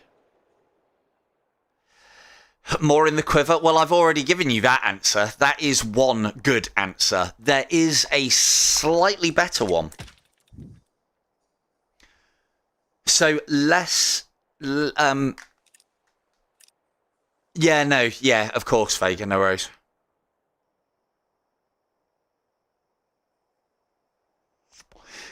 That, you're almost there, Seb. I'll put you out of your misery. So... what happens... Oh, hang on. Let's see what Norb has to say. Less points. No, these are all very good answers. Well done, chat. The reason why I would personally say it is, what happens if you iced an enemy and then used Wildfire 5 on it? Because elements in this game can only take one source of tick damage, and the latest source replaces the previous one. Stacking burn does not happen. Yeah, basically that. So let's say, for instance, we froze an enemy, okay? At the cycles that we're talking about, freezing that enemy is going to do them obscene amounts of tick damage. If you freeze an enemy and then start using wildfires, you will instantly replace the tick damage. Yes, you destroy the winter's tick damage, that's right. So, quite a long-winded answer. But that would be the reason why that, that you would want to use volley, because the tick damage would still be happening whilst volley 5 is being shot into them. Because the reason why we're using volley 5 is to quick kill things that are frozen. Let's see if we can do that again with a ghost, because I've got something that I wanted to test as well. But yeah, I believe it's the lunge, and I believe it's the hit scan of it. But yeah, they do unfreeze eventually. So what we have found, and this wouldn't work at higher cycles, or what we can see here, God, those guys are keen. What we can see here is, if I'm right, I think, at this stage anyway, because ghosts are going at a standard speed, we can't actually outpace a ghost with normal locomotion. In fact, did the last ghost hit us on the stairs? I think it did. So, hang on, let's see. Yeah, so we are definitely not outpacing that, even though we're walking backwards. And you go no faster forward than you do backwards. On straight ground, the ghost will come up behind us. One eerie noise. But because they are not going fast enough, they can't lunge. Theory this. They can't lunge far enough and quick enough to hit this thing that is in front of us. But if we stop, it's almost like the ghost reaches through us and touches our hit plate. You'll also note that I took one hit there, and there were two ghosts. There is a small amount of, I find it mainly with ghosts as well, there is a very short time frame where if you got hit by multiple ghosts at the same time, they will still kill themselves on you, but you won't take any additional damage. However, you can be mobbed by ghosts and then hit by one, hit by another, hit by another, hit by another, and so on. That does happen. I could demonstrate that quite easily in the pit. So, let's try with knights. Now, the one thing that I will say is, as the cycles progress,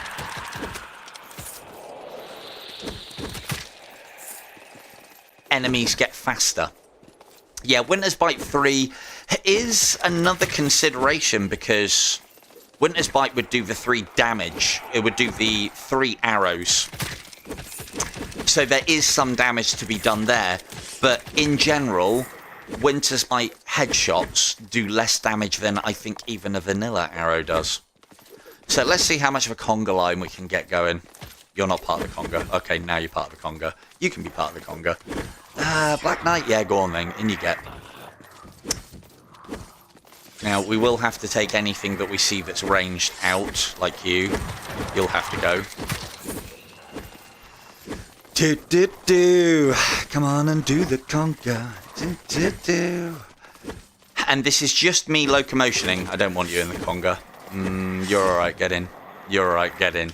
I don't like the look of your face. You're alright, get in. The monks, though. Sorry. Not today. So, this is just locomotion forward, and you can hear everything is trying to hit me. Now, the one thing that I haven't tested this on is very, I know, right? Is very, very high cycles, where the enemy's speed could get to the point with knights. No. So, the one thing that I haven't tried is at a very high cycle, if the speed of the enemies could actually get to the point where they can catch you. Now we should... Hold! Alright, I said hold. Now... Ow. Okay, so what's happened there, I think, is that as that pile of enemies has all banged up into the back of me, they've slowly started to move out to these peripheries of this 180 thing that I was saying about. Whew, that's a lot of enemies.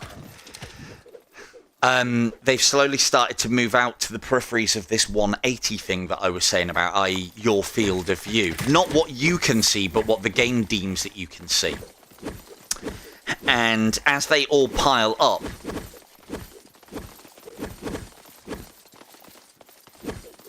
I have got a gaggle of enemies. That's quite right, Seb. So you can... so if I stop, they'll all start piling up around me, which then puts them into what I would class as my peripheries, which are parts where they can actually hit this front box, I think. Again, a lot of this is theory. I don't have access to the code. And to be fair, even though Beanie has access to some of these things, he wouldn't be able to tell anyway. Because, you know, it's just code. You don't really know what you're looking at unless you understand it. Do you guys want to join? Yeah, go on then, in you get.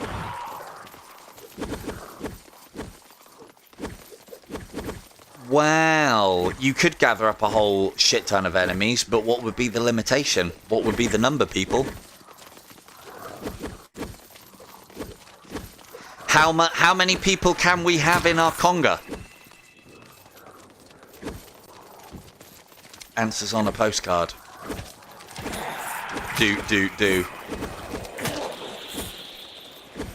Very good, Vega. Very good. Look at this chat. You're learning.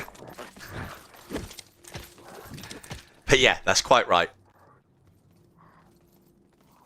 Well, we can't, can we? Because there's a gap. There's a break. Let's see how many we have got.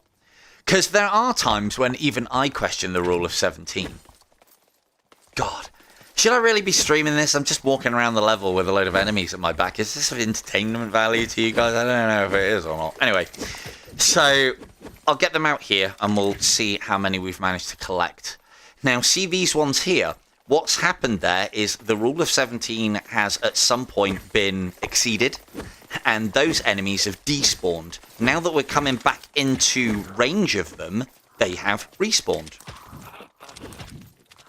We can actually see the despawning and respawning live. 1, 2, 3, 4, 5, 6, 7, 8, 9, 10, 11, 12, 13, 14, 15. That's a lot of axes. Guys, I'm trying to take the head count. So, 1, 2, 3, 4, 5, 6, 7, 8, 9, 10. And then there's probably a load of abominations at the back. 10, 11. Well, you know what? We could probably get a lot more. Easiest way to do this. You can gather them all up here. But what Sean said isn't a million miles away from the truth. We could use this to position enemies where we want to and then put long-range headshots on them. It's a lot of axes. Don't know if anyone's seen the axe gang from Kung Fu Hustle, but I was definitely going to make a sketch of that. Don't fall off. If they start throwing axes, they will fall off. Anyway, yeah, so you could get them all there, gather them all up into an area, preferably somewhere that has a break like that. Or what we were talking about previously. Huh?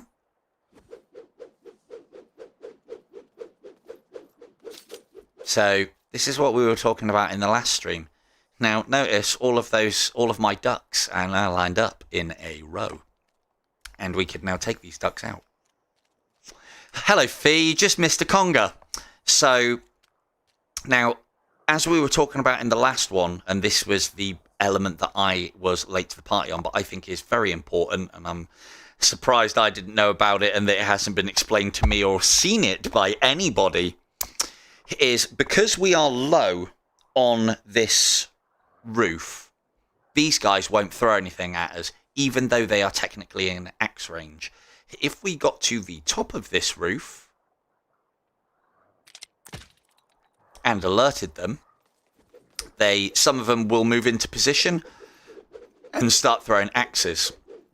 If we lower ourselves by either using the pitch of this roof or pressing the duck button, or rather actually physically ducking, they will stay where they are, and it's all about reducing the amount of view that they have. Again, we were talking about these hitboxes on your chest and on your face.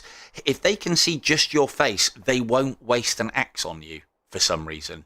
Even though it's a valid hit point, they won't do it. And then from here, you can usually hit them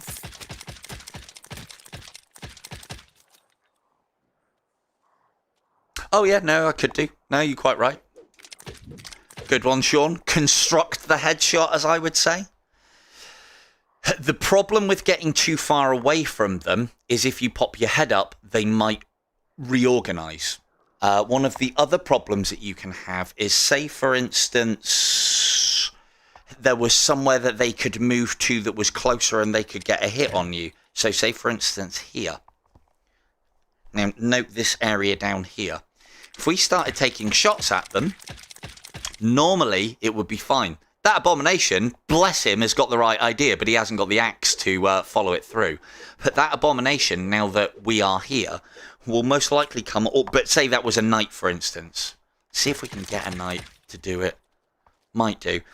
But my point is here, whilst you are using cover, be it cover to cover your hitbox on your chest or upper torso, or cover your face... If you're shooting at the enemy, they get alerted and they have a bright idea to try and come... Oh, look, example. Good man. I'm glad you did that. So, a Black Knight here is more intelligent than the White Knights, in that he's thought, hang on a second, I know a really good place that I could get an angle on Silver Tongue Devil and chuck an axe right down his stupid fucking throat. And that's exactly what he's done. Which is, as Sean said, constructing the headshot by increasing the distance is good, but be wary of how far you are going back and where you are pulling back to, because you might just put yourself in a situation where they can move to somewhere else to then be able to fucking ram an axe down your throat. But yeah, these are all decent range, if I can hit them. It's the crossbow. Accuracy is not my forte. I'm a rapid fire guy. Where's the aim? Can I not get like a 4x ACOG on this or some shit? Can't do it. So, again, on aim, I don't aim. I fire over, and fire a lot over, and then slowly, ever so slowly, bring it down. Oh god, that guy's going to get some bad news. There we go.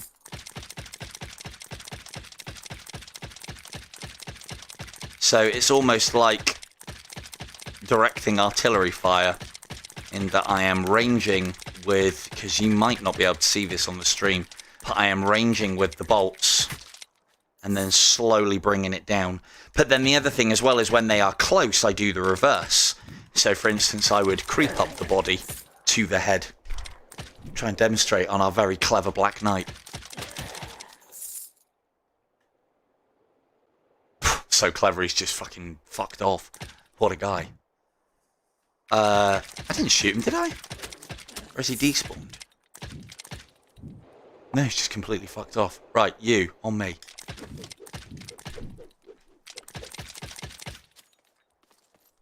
So, with the crossbow, as far as aim is concerned, you can do this with the bow as well.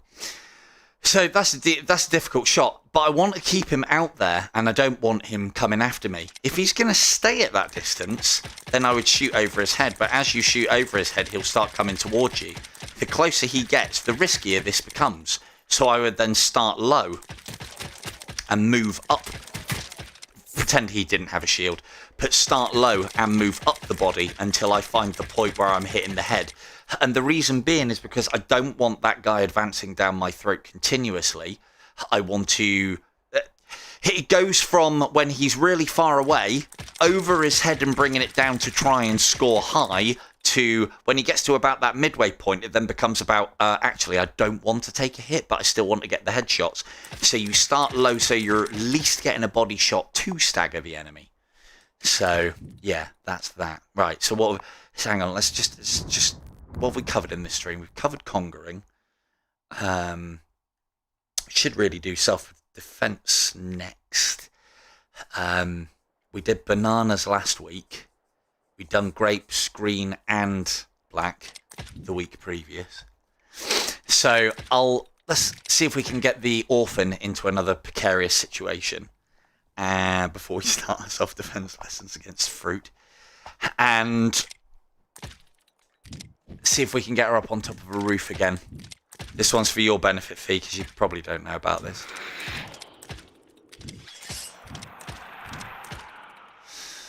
But it's going to depend on what configuration we get. That one might work. There is something that I want to test. So this is the sort of shit that I do in my free time. When I get an idea about something, or someone gives me an idea about something, or I want to find out the exact methodology behind something. So, actually, this is a pretty good example. What was that? That was a Titan.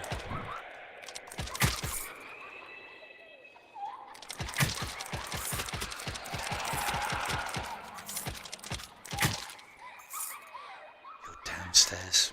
Okay, so this is quite a good example, possibly.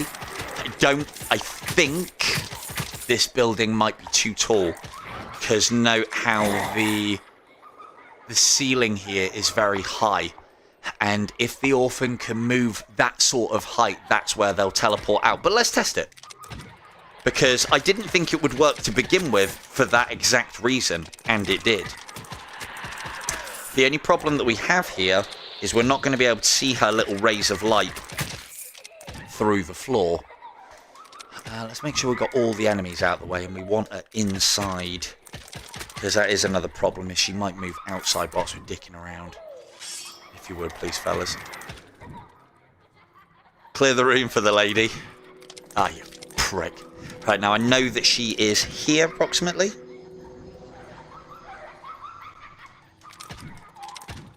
And I do believe that stopped her, because that was definitely a teleport away. But where did it put her? Out there.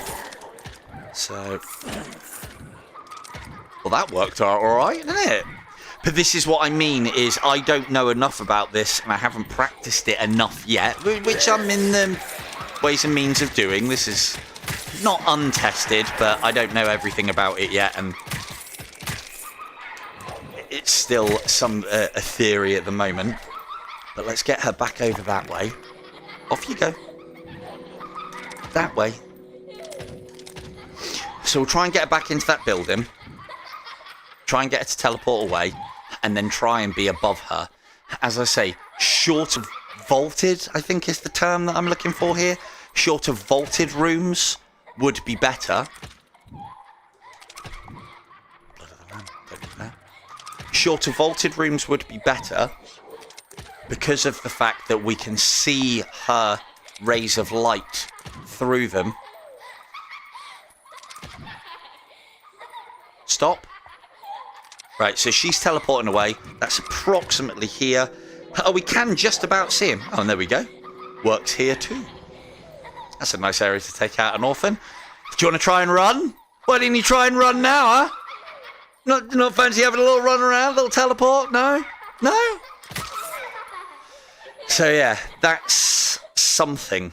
And again, if you get close to her, she will run about a little bit, but more often than not, if you do get close to her, that will cause her to teleport. But again, there's going to be some different behaviours on different structures. She's never been up here before. She doesn't know what a roof is or what it looks like.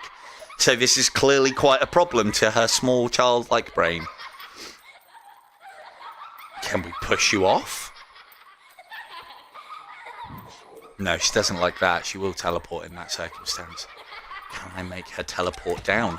We may be at the point where she is too high up to be able to teleport to anything below. Doesn't like being pushed, does she? So I think we've got... I think we've collected all the data that we can out of this orphan. So yeah, it definitely has its uses. It's something that... A roofless life, very good. It's definitely something that I'm going to be paying a little bit more attention to and looking into. It could be a nice solution to some of the problem orphans. I was hoping. I've seen people shoot them as they're teleporting up and get them as they're going through the roof. But the important points that I'm finding here is if it is not a lower vaulted roof, if it is a lower vaulted ceiling. So this is technically too high, but the reason why I've gauged that as too high is because it's more difficult to see where her rays of light that are going to beam her up are coming from. But we could just, I don't know, I could see them. I don't know if you can in stream, but I could just about make the tips out of them. And if you can position... well, this one was put upon me by Ray, or at least he asked the question, so I gotta find it. So yes, in answer to your question, Ray, yes, you can stop a orphan by being... So the points are, we know that we can stop an orphan teleporting away if we get close enough to it. My initial thoughts was, as the orphan is rising, its detection box is still where it is rising from. Turns out that detection box rises with the orphan, so that's actually pretty decent programming. It is never too late to get to her. Even if she is mid-teleporting away. But again, inconsistencies with how the game can be sometimes. Sometimes, I think if she's about 3/4 of the way up, then that's too late because she's already gone, basically. At that point, a shot will stop her leaving, and that's about it. But yeah. So there you go, class. There's a little bit more for you to fucking write down. Now turn to page 43 where we learn all about Purist. So I'll carry on with a bit of Purist, see if we can up that score a little bit before we call things there. Well, I say call things there, I haven't even time checked myself yet, or even battery checked my... Oh, it's only 10 o'clock! Fucking hell, got another hour yet. 60, oh, that's a godly number. 69% left. Get a lot done with 69. Right. So, yeah. Back to slow and steady gameplay. Yay! So, yeah, that's a little something that you guys can have a play with the orphan. I'm playing around with it.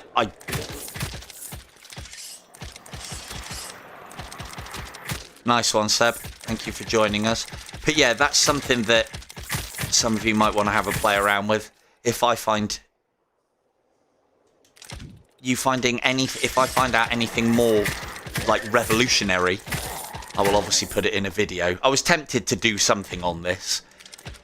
But yeah, I enjoy the testing. I just don't know how entertaining it is. I've got loads of things that I could be testing. I just don't know if it's the sort of stuff that you want to find in chat. I mean, it'll mean that if I find something, you'll get the latest. But the problem is, I mean, you would get the latest anyway, whether you were here or not. Because if it's something important, I will put it down in a video. But the problem with testing is for the 99 things that I test, one of them might actually be useful. I'm trying to... Okay, do you know that you can shard into a portal? I didn't. I was testing that earlier to find out if you could actually go through a portal with the shard. And then I thought, hang on, if you can use the shard to teleport through a portal, then could you do that on the portals that are a little bit higher up? Because if you can shard directly into a portal, that's all well and good if it comes down to floor level. But what about Gabe's portal where it's up in the air? Or the one on Desolation, I think, is quite high up in the air as well. Turns out you can't just shard into that one. But if you throw the shard into the portal, it works. I mean, what fucking use is that? But I don't know why I like to know these things. I just like to know these things. But as I say, my point is, for a lot of the stuff that I test, some of it is useless. But occasionally, I'll find something quite useful out. But as I say, I don't know if doing that during a stream is a good idea, because you'll get way too good a look into the workings of my mind for my liking. If I'm showing that sort of shit off.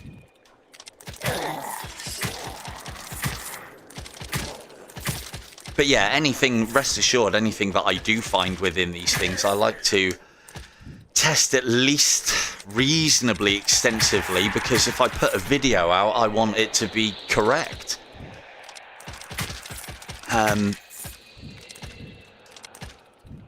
It's like one of the things that I do need to test, because Camille.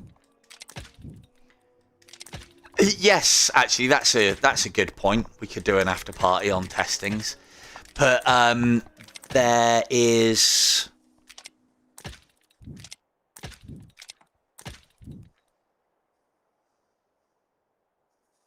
Yes, I did.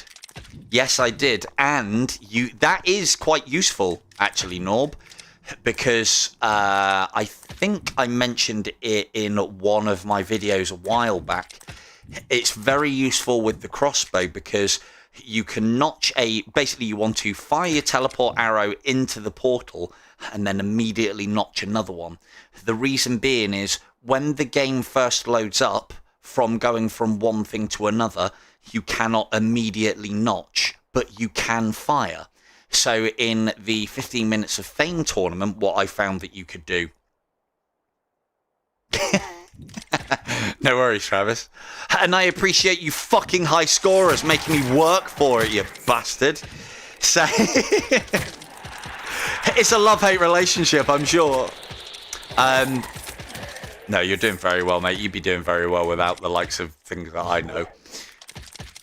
Although I will take credit on hopefully getting you a cycle or two further, thanks to Hog.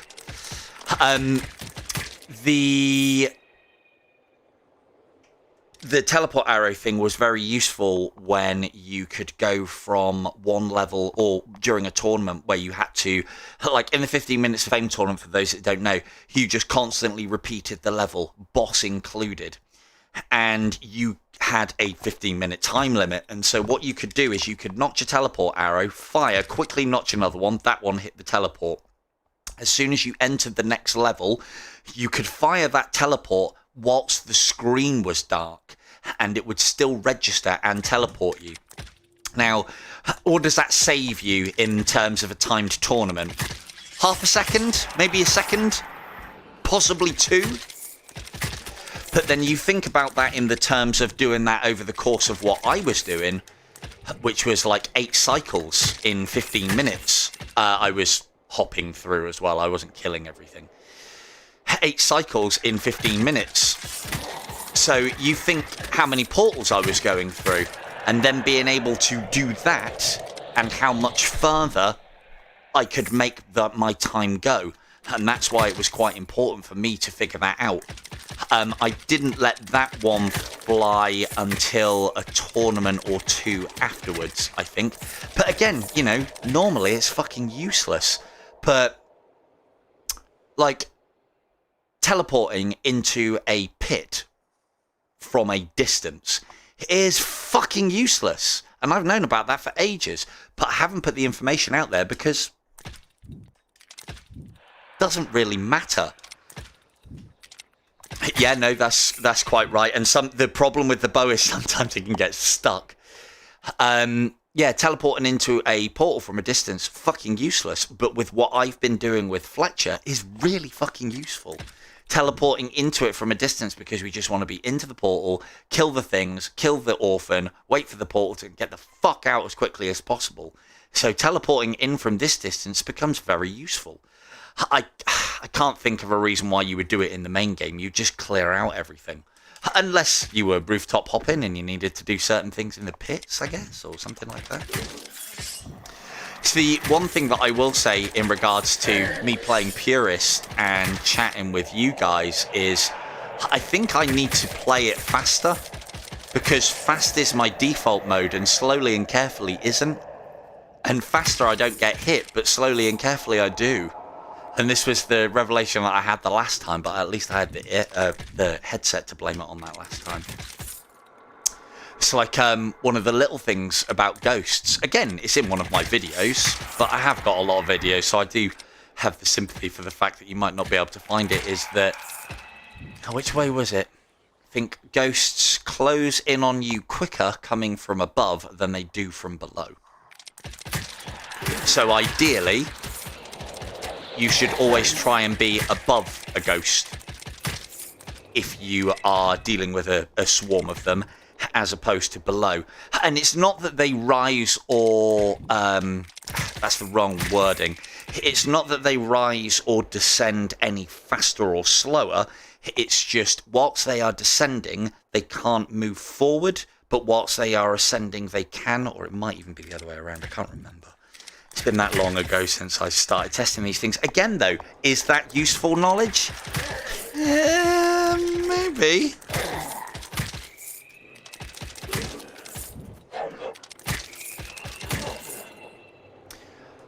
Yeah, no, that's a thing. That's actually quite a good point. But as Norb will tell you, there were plenty of amazing teleport arrows that I managed to miss. Let's have a quick bit of water. Yeah, very, very much correct, Al. From point A to point B, straight line, ghosts are very fast.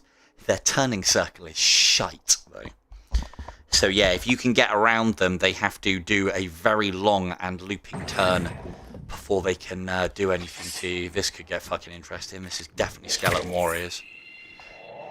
Thankfully, we have a crossbow.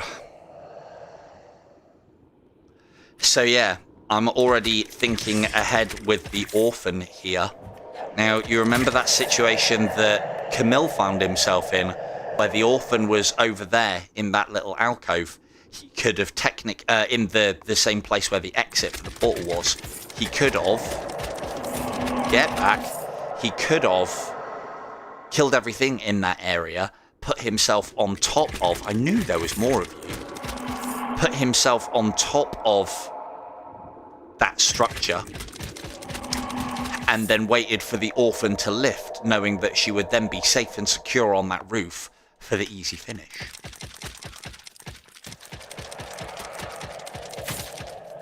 Yeah, I'm not playing for points, I just want you dead.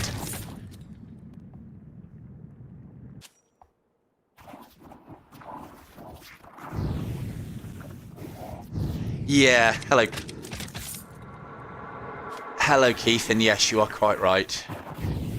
It's one of the things that I was practicing, when you guys were saying about doing the pit with teleport arrows only. I found that if you can keep it at a slight angle and fire very fast, the teleport arrow never lands, but you could still use that as teleport arrow only. So, but then it can also go horribly wrong like that. You know, when Camille said that I'd never take these challenges seriously, or I'm not taking this one seriously, I mean, I don't want to say anything, but you were probably a bit right. I don't know, it wouldn't be one of my streams if I didn't fuck about, would it?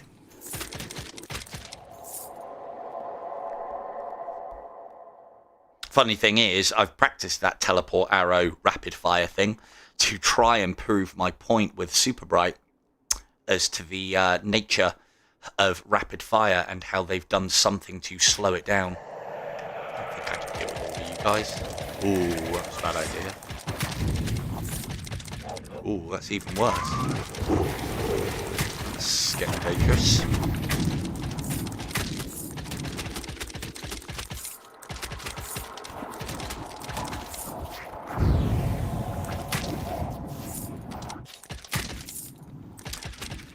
So, the ghosts have a very, very long lunge. And I think the lunge is actually even further. Yeah, it's because ghosts basically have a very long lunge.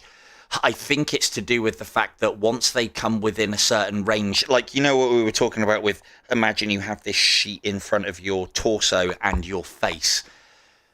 I think it's something to do with the fact that when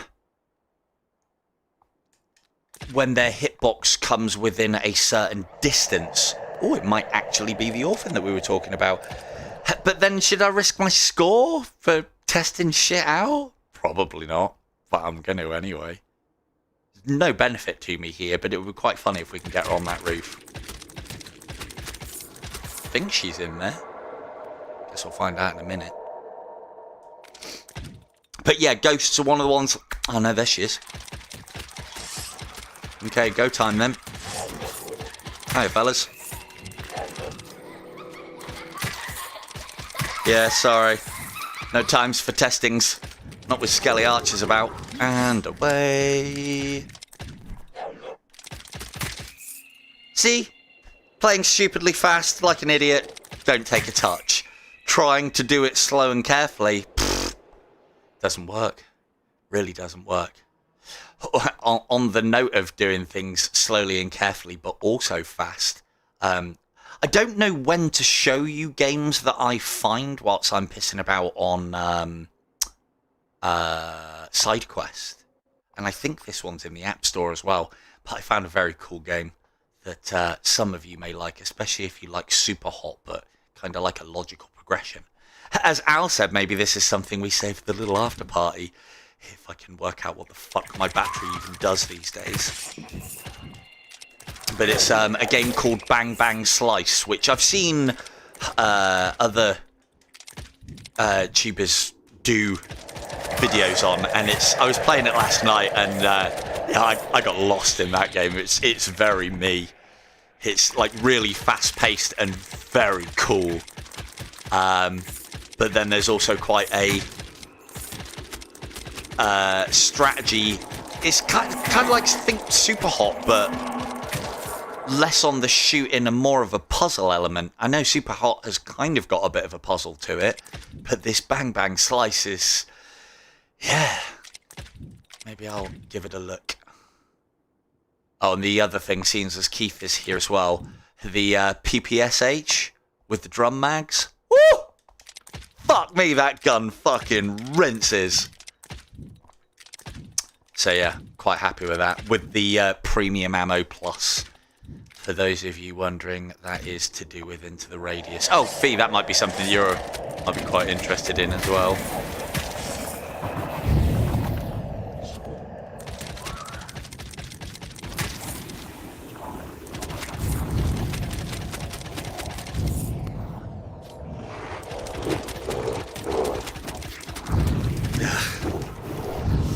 Another thing, I'm loath to try it out right now, but another thing that is something with ghosts is they cannot lunge if they are being hit. See if we can try.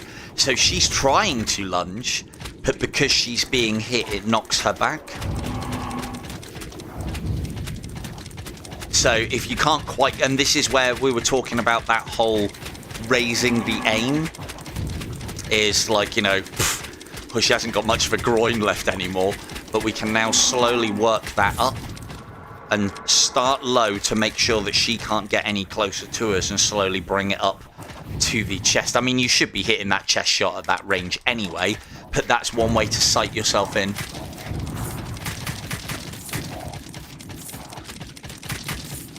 I do feel like I should have done this whole challenge fast, you know.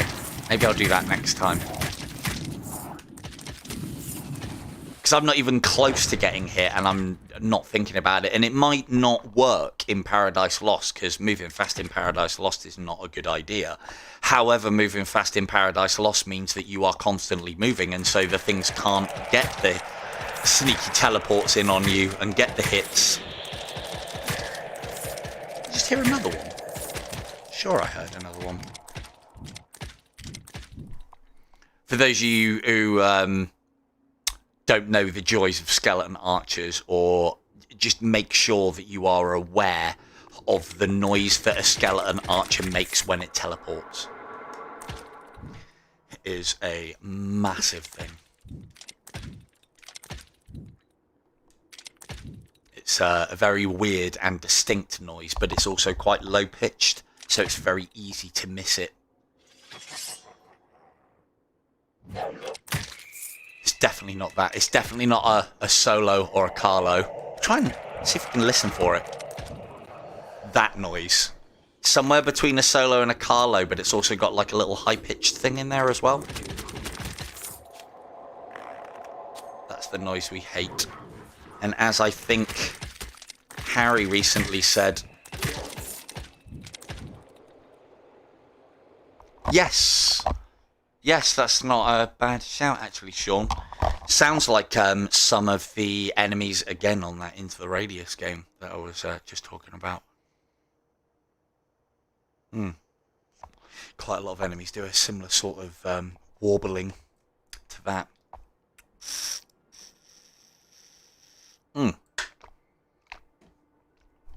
I hope you guys are all at least liking the look of Into the Radius, and those of you who've got it have already played through it and done most of it or seen enough, because I'm so keen to do. I've got some ideas for some streams for that one. Oh, sorry. What was I saying about Harry? Skeleton archers, because I don't think I've ever said it. So these are some of the things that I need to make sure I address within myself, because I know Alan was saying about the whole, how much being able to shoot down from the rooftops on knights that are no longer fucking about and throwing axes back.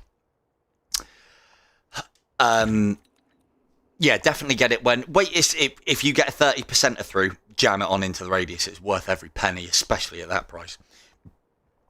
But with some of the knowledge that we have, we don't pass it on because it's no longer relevant to us, and we don't know if it would be relevant to you, or we don't even think that far. And I'm not trying to make an us and you thing out of it.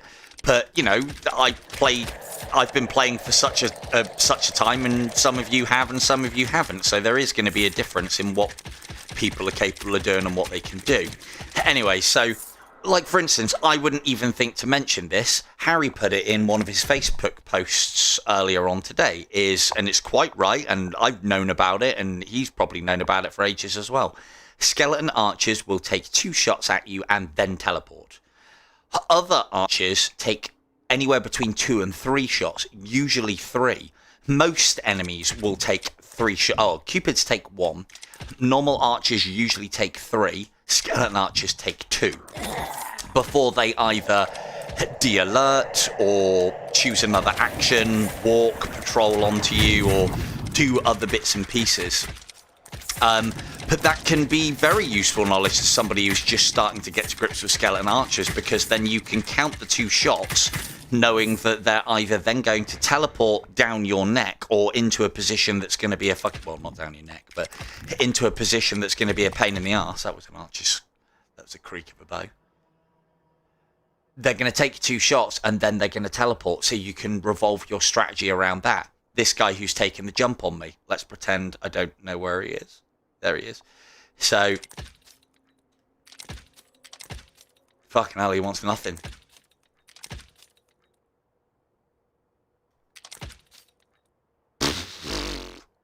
Are you even going to let me use you as an example? Is that a no? Jesus. Some skeleton.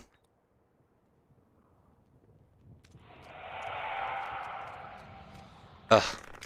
Okay, well, we might have someone we can have a bit of a play with. Yeah, I think skeleton archers are almost as hated as Unholy Wind, if I'm honest, Sean. Let's have a play with that one. I think its AI's broken. Let's go and try and fix it. That happens from time to time, but a lot of the time, it's very rare, but you usually won't notice because they're already dead. If something's standing around and it's going to catch it in the face, and it's going to catch it in the face very quickly. But, occasionally you'll get it with knights where they're staring into the abyss and they don't stop, even if they see you. And, yeah. Like with bodies that get left. I never get it. I can make funny videos. Ah, now he's got his AI back. God damn it. Fired his 2 shots, teleports. 1, 2... and then it's usually 1 teleport, and then if you've broken line of sight, he won't do a second. If I shouldn't really be doing this, but I suppose he is fairly slow firing. 1. See the locomotion as well? He's trying to fire to where I'm going. Fires 2. Turn right. stop. I am going to move a little bit just to make sure. Moving left shoots into the wall. We're getting to the point where we're a bit close here. And that's why skeleton archers are cunts. Because I think not the only enemy that can do it. I've said that they're one of the few enemies in the game that can actually teleport outside of your line of sight and will often quite actively teleport behind you. Cupids can do it, but a lot of the time it's because you've looked there and they've already assigned that as a teleport. But then I've had instances where I haven't looked and Cupids have still teleported behind me at much higher cycles. I think it's to do with they pick a point to teleport to. That point has then got like wall or geometry or something along those lines in the way. So they then get pushed to somewhere behind the player. I don't think it's programmed behavior. So.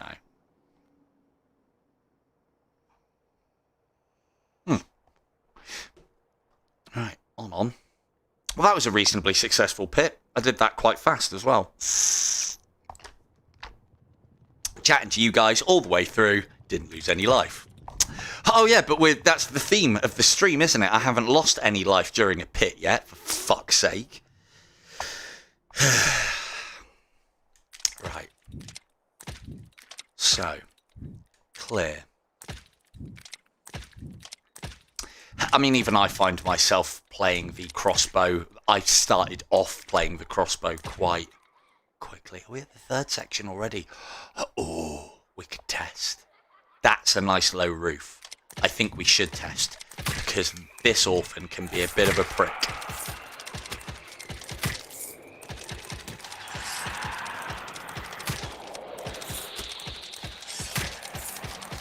Part of the reason why I embraced the rapid fire quite early on is because my accuracy is not particularly great with the crossbow. So as I said in one of my very early videos, if my accuracy isn't particularly good, if I can increase my rate of fire or put a lot of rounds downrange towards the enemy in the hope of, well, it's more of a military thing, but in the hope of suppression as opposed to kill. Now, I know enemies don't get suppressed in this, but as long as you hit them somewhere, it doesn't necessarily have to be a headshot to stagger them, which can then give you time to correct. So as I said, there's not a lot of aiming going on with what I'm doing. I'm just pointing fire in and then adjusting based on where I see the shots going.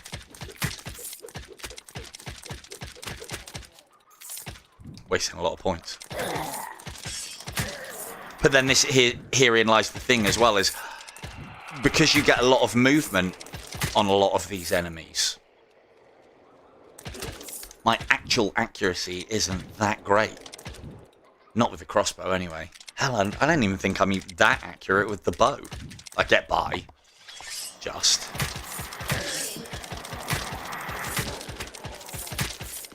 But again, this isn't accuracy. This is more steady hand. I've worked out where the headshot is, and then I try and keep my hand steady. And keep putting them out there.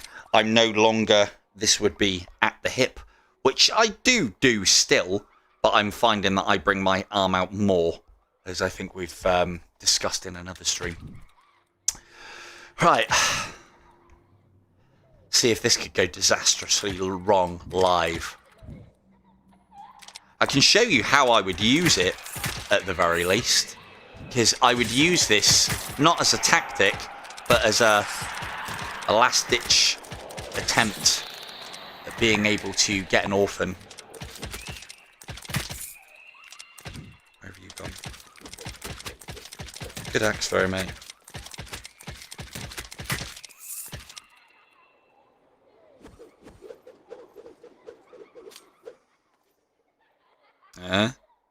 So now I can use my world-famous accuracy on the crossbow.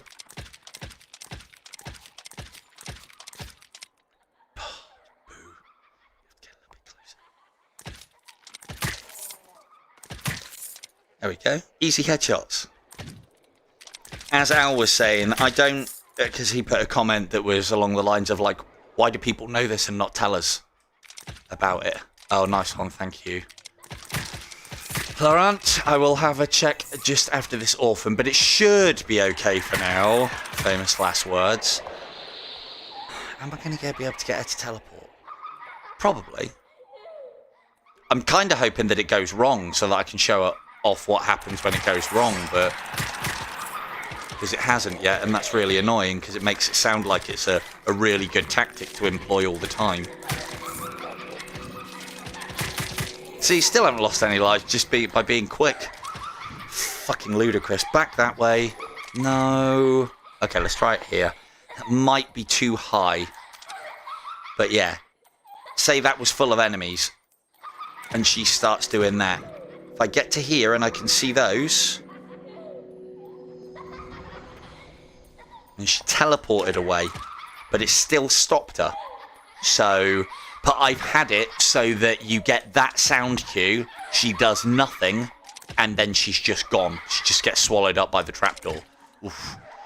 So this is the sort of situation where I might use it if she'd have teleported up there. Let's see where else we can get her to go. Well, we know that that works, but it'd be nice to have her on the roof. Come on. Yeah, let's try that one. Because in theory, you could be up there, fire down on her because she spawns over there, wait for her to engage her teleport.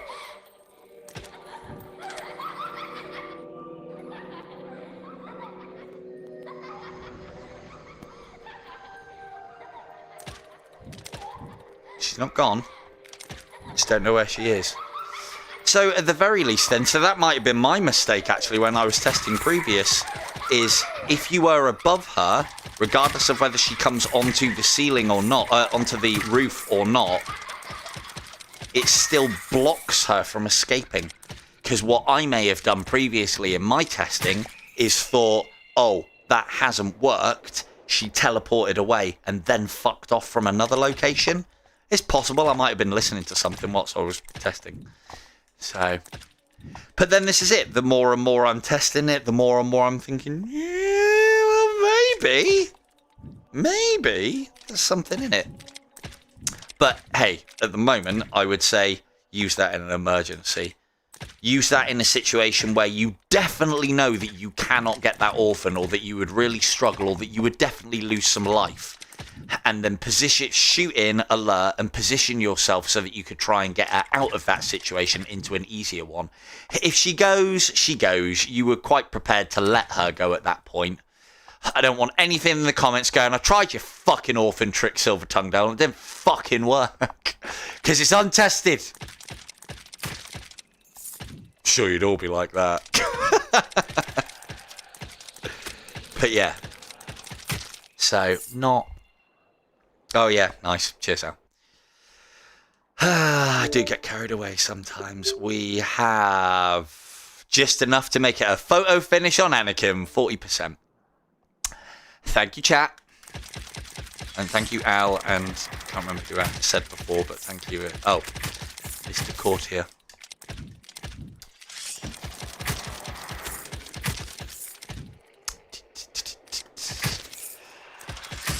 Don't know, maybe I should just try and push the executioner side of things. But even I know that this gets dangerous with the crossbow at much higher cycles. But, oh god, that's a lot of monks. Ooh, guts!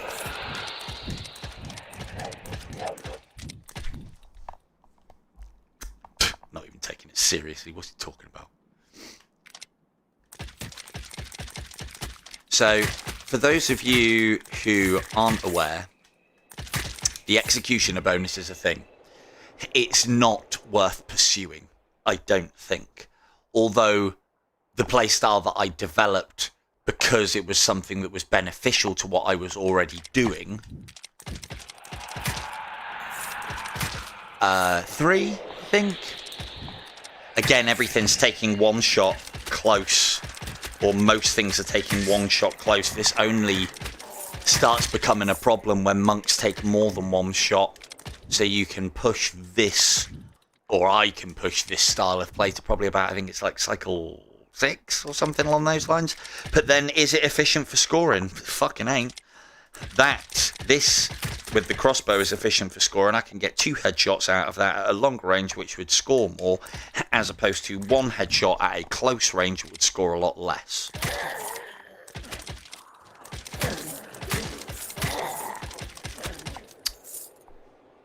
Done everything up there already? I feel like I'm really cracking on.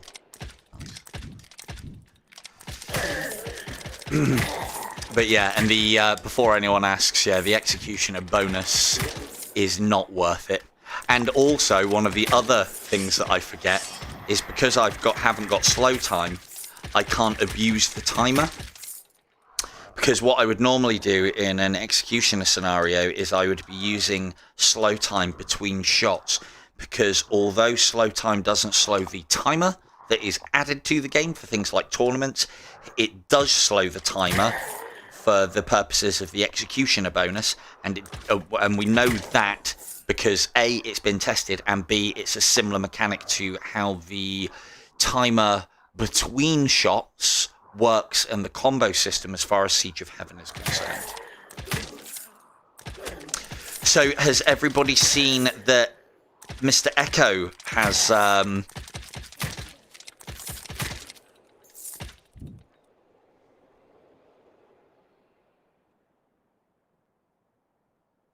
so there's not a massive amount of difference then.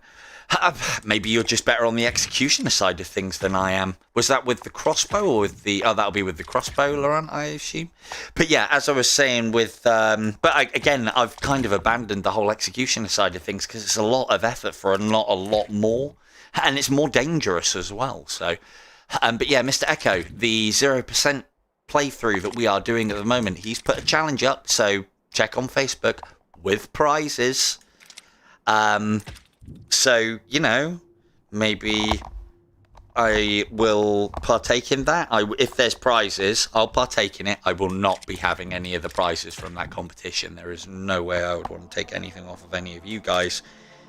But I will be putting a score up. You better believe I am. But it's going to require some thought. So, quite well timed as well.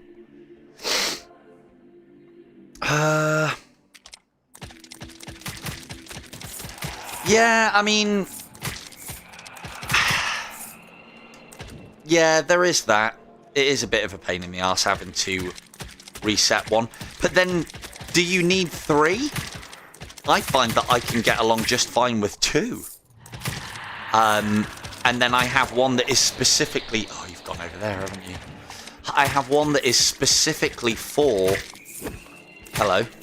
I have one that is specifically for... that very the whole 0% thing. I have a specific profile for resetting.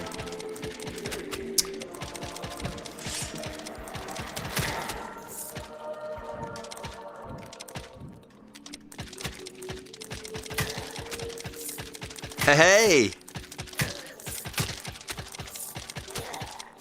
Yeah, 25%, any percentage off that game. The one thing that I will say is I've been enjoying that game and taking my time with it, and I'm about 20 hours in on my first playthrough.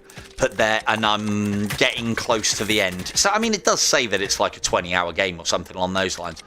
But it is open world. It is random in enemy placement. There are a lot of modifiers. One of the things that I'm very much looking forward to is doing a living off of the land style playthrough. Should be a lot of fun.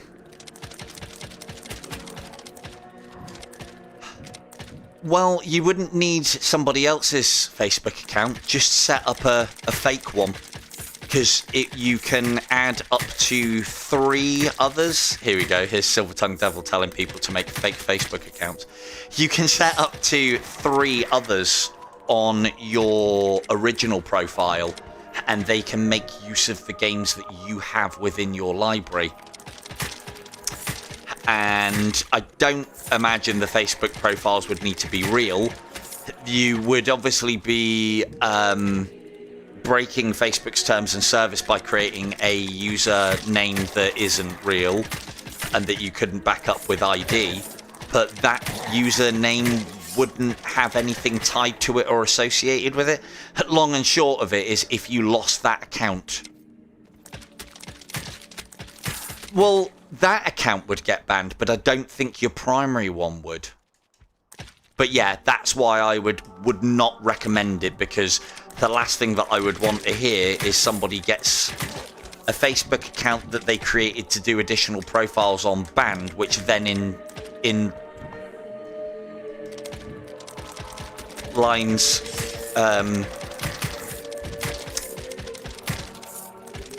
yeah, and you lose the fake Facebook account you made gets banned, and then they ban your actual Facebook account as well.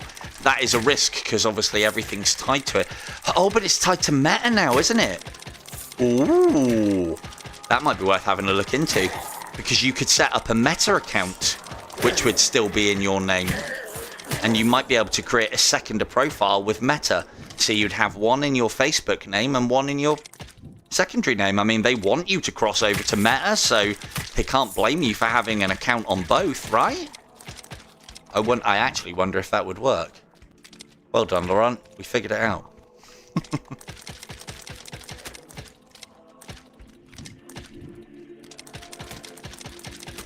But yeah, I find 2 accounts is enough for me, especially now that I've got Purist unlocked. I used one for my runs.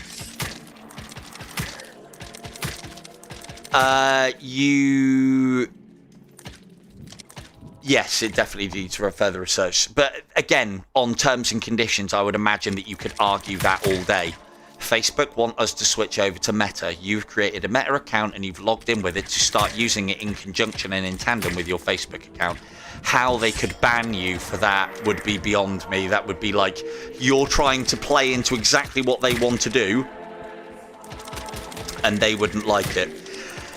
As for changing your leaderboard name, the way that you would go about doing that is if you contact the good people at Oculus, you can actually change your username and they do it manually for you, as long as you line up with whatever it is that they want, less than 20 characters, and only certain characters can be used, and so on and so forth. You can change your Oculus username once every 6 months for free. I know this because I did this.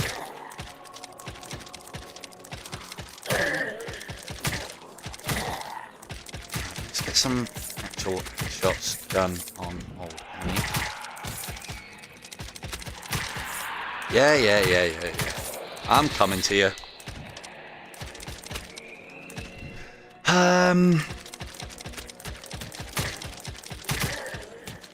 I haven't even been paying attention that they haven't had started spitting gold. I was just talking. Right, so definitely out.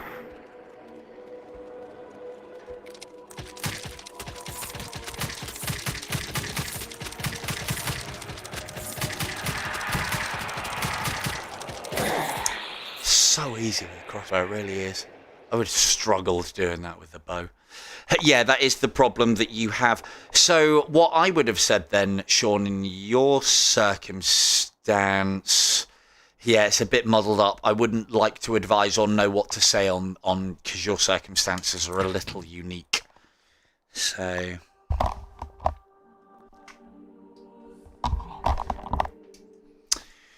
where are we at on that leaderboard? It's ridiculous, isn't it? I haven't lost any life since I started playing fast. Oh, what a prick. Slow and steady wins the race. Slow and steady wins shit all and nothing. Right. There we go. Top 14. Front page. 7 life. Well, yeah. Can't see it there. 7 life remaining. Right. Like battery life wise. Okay.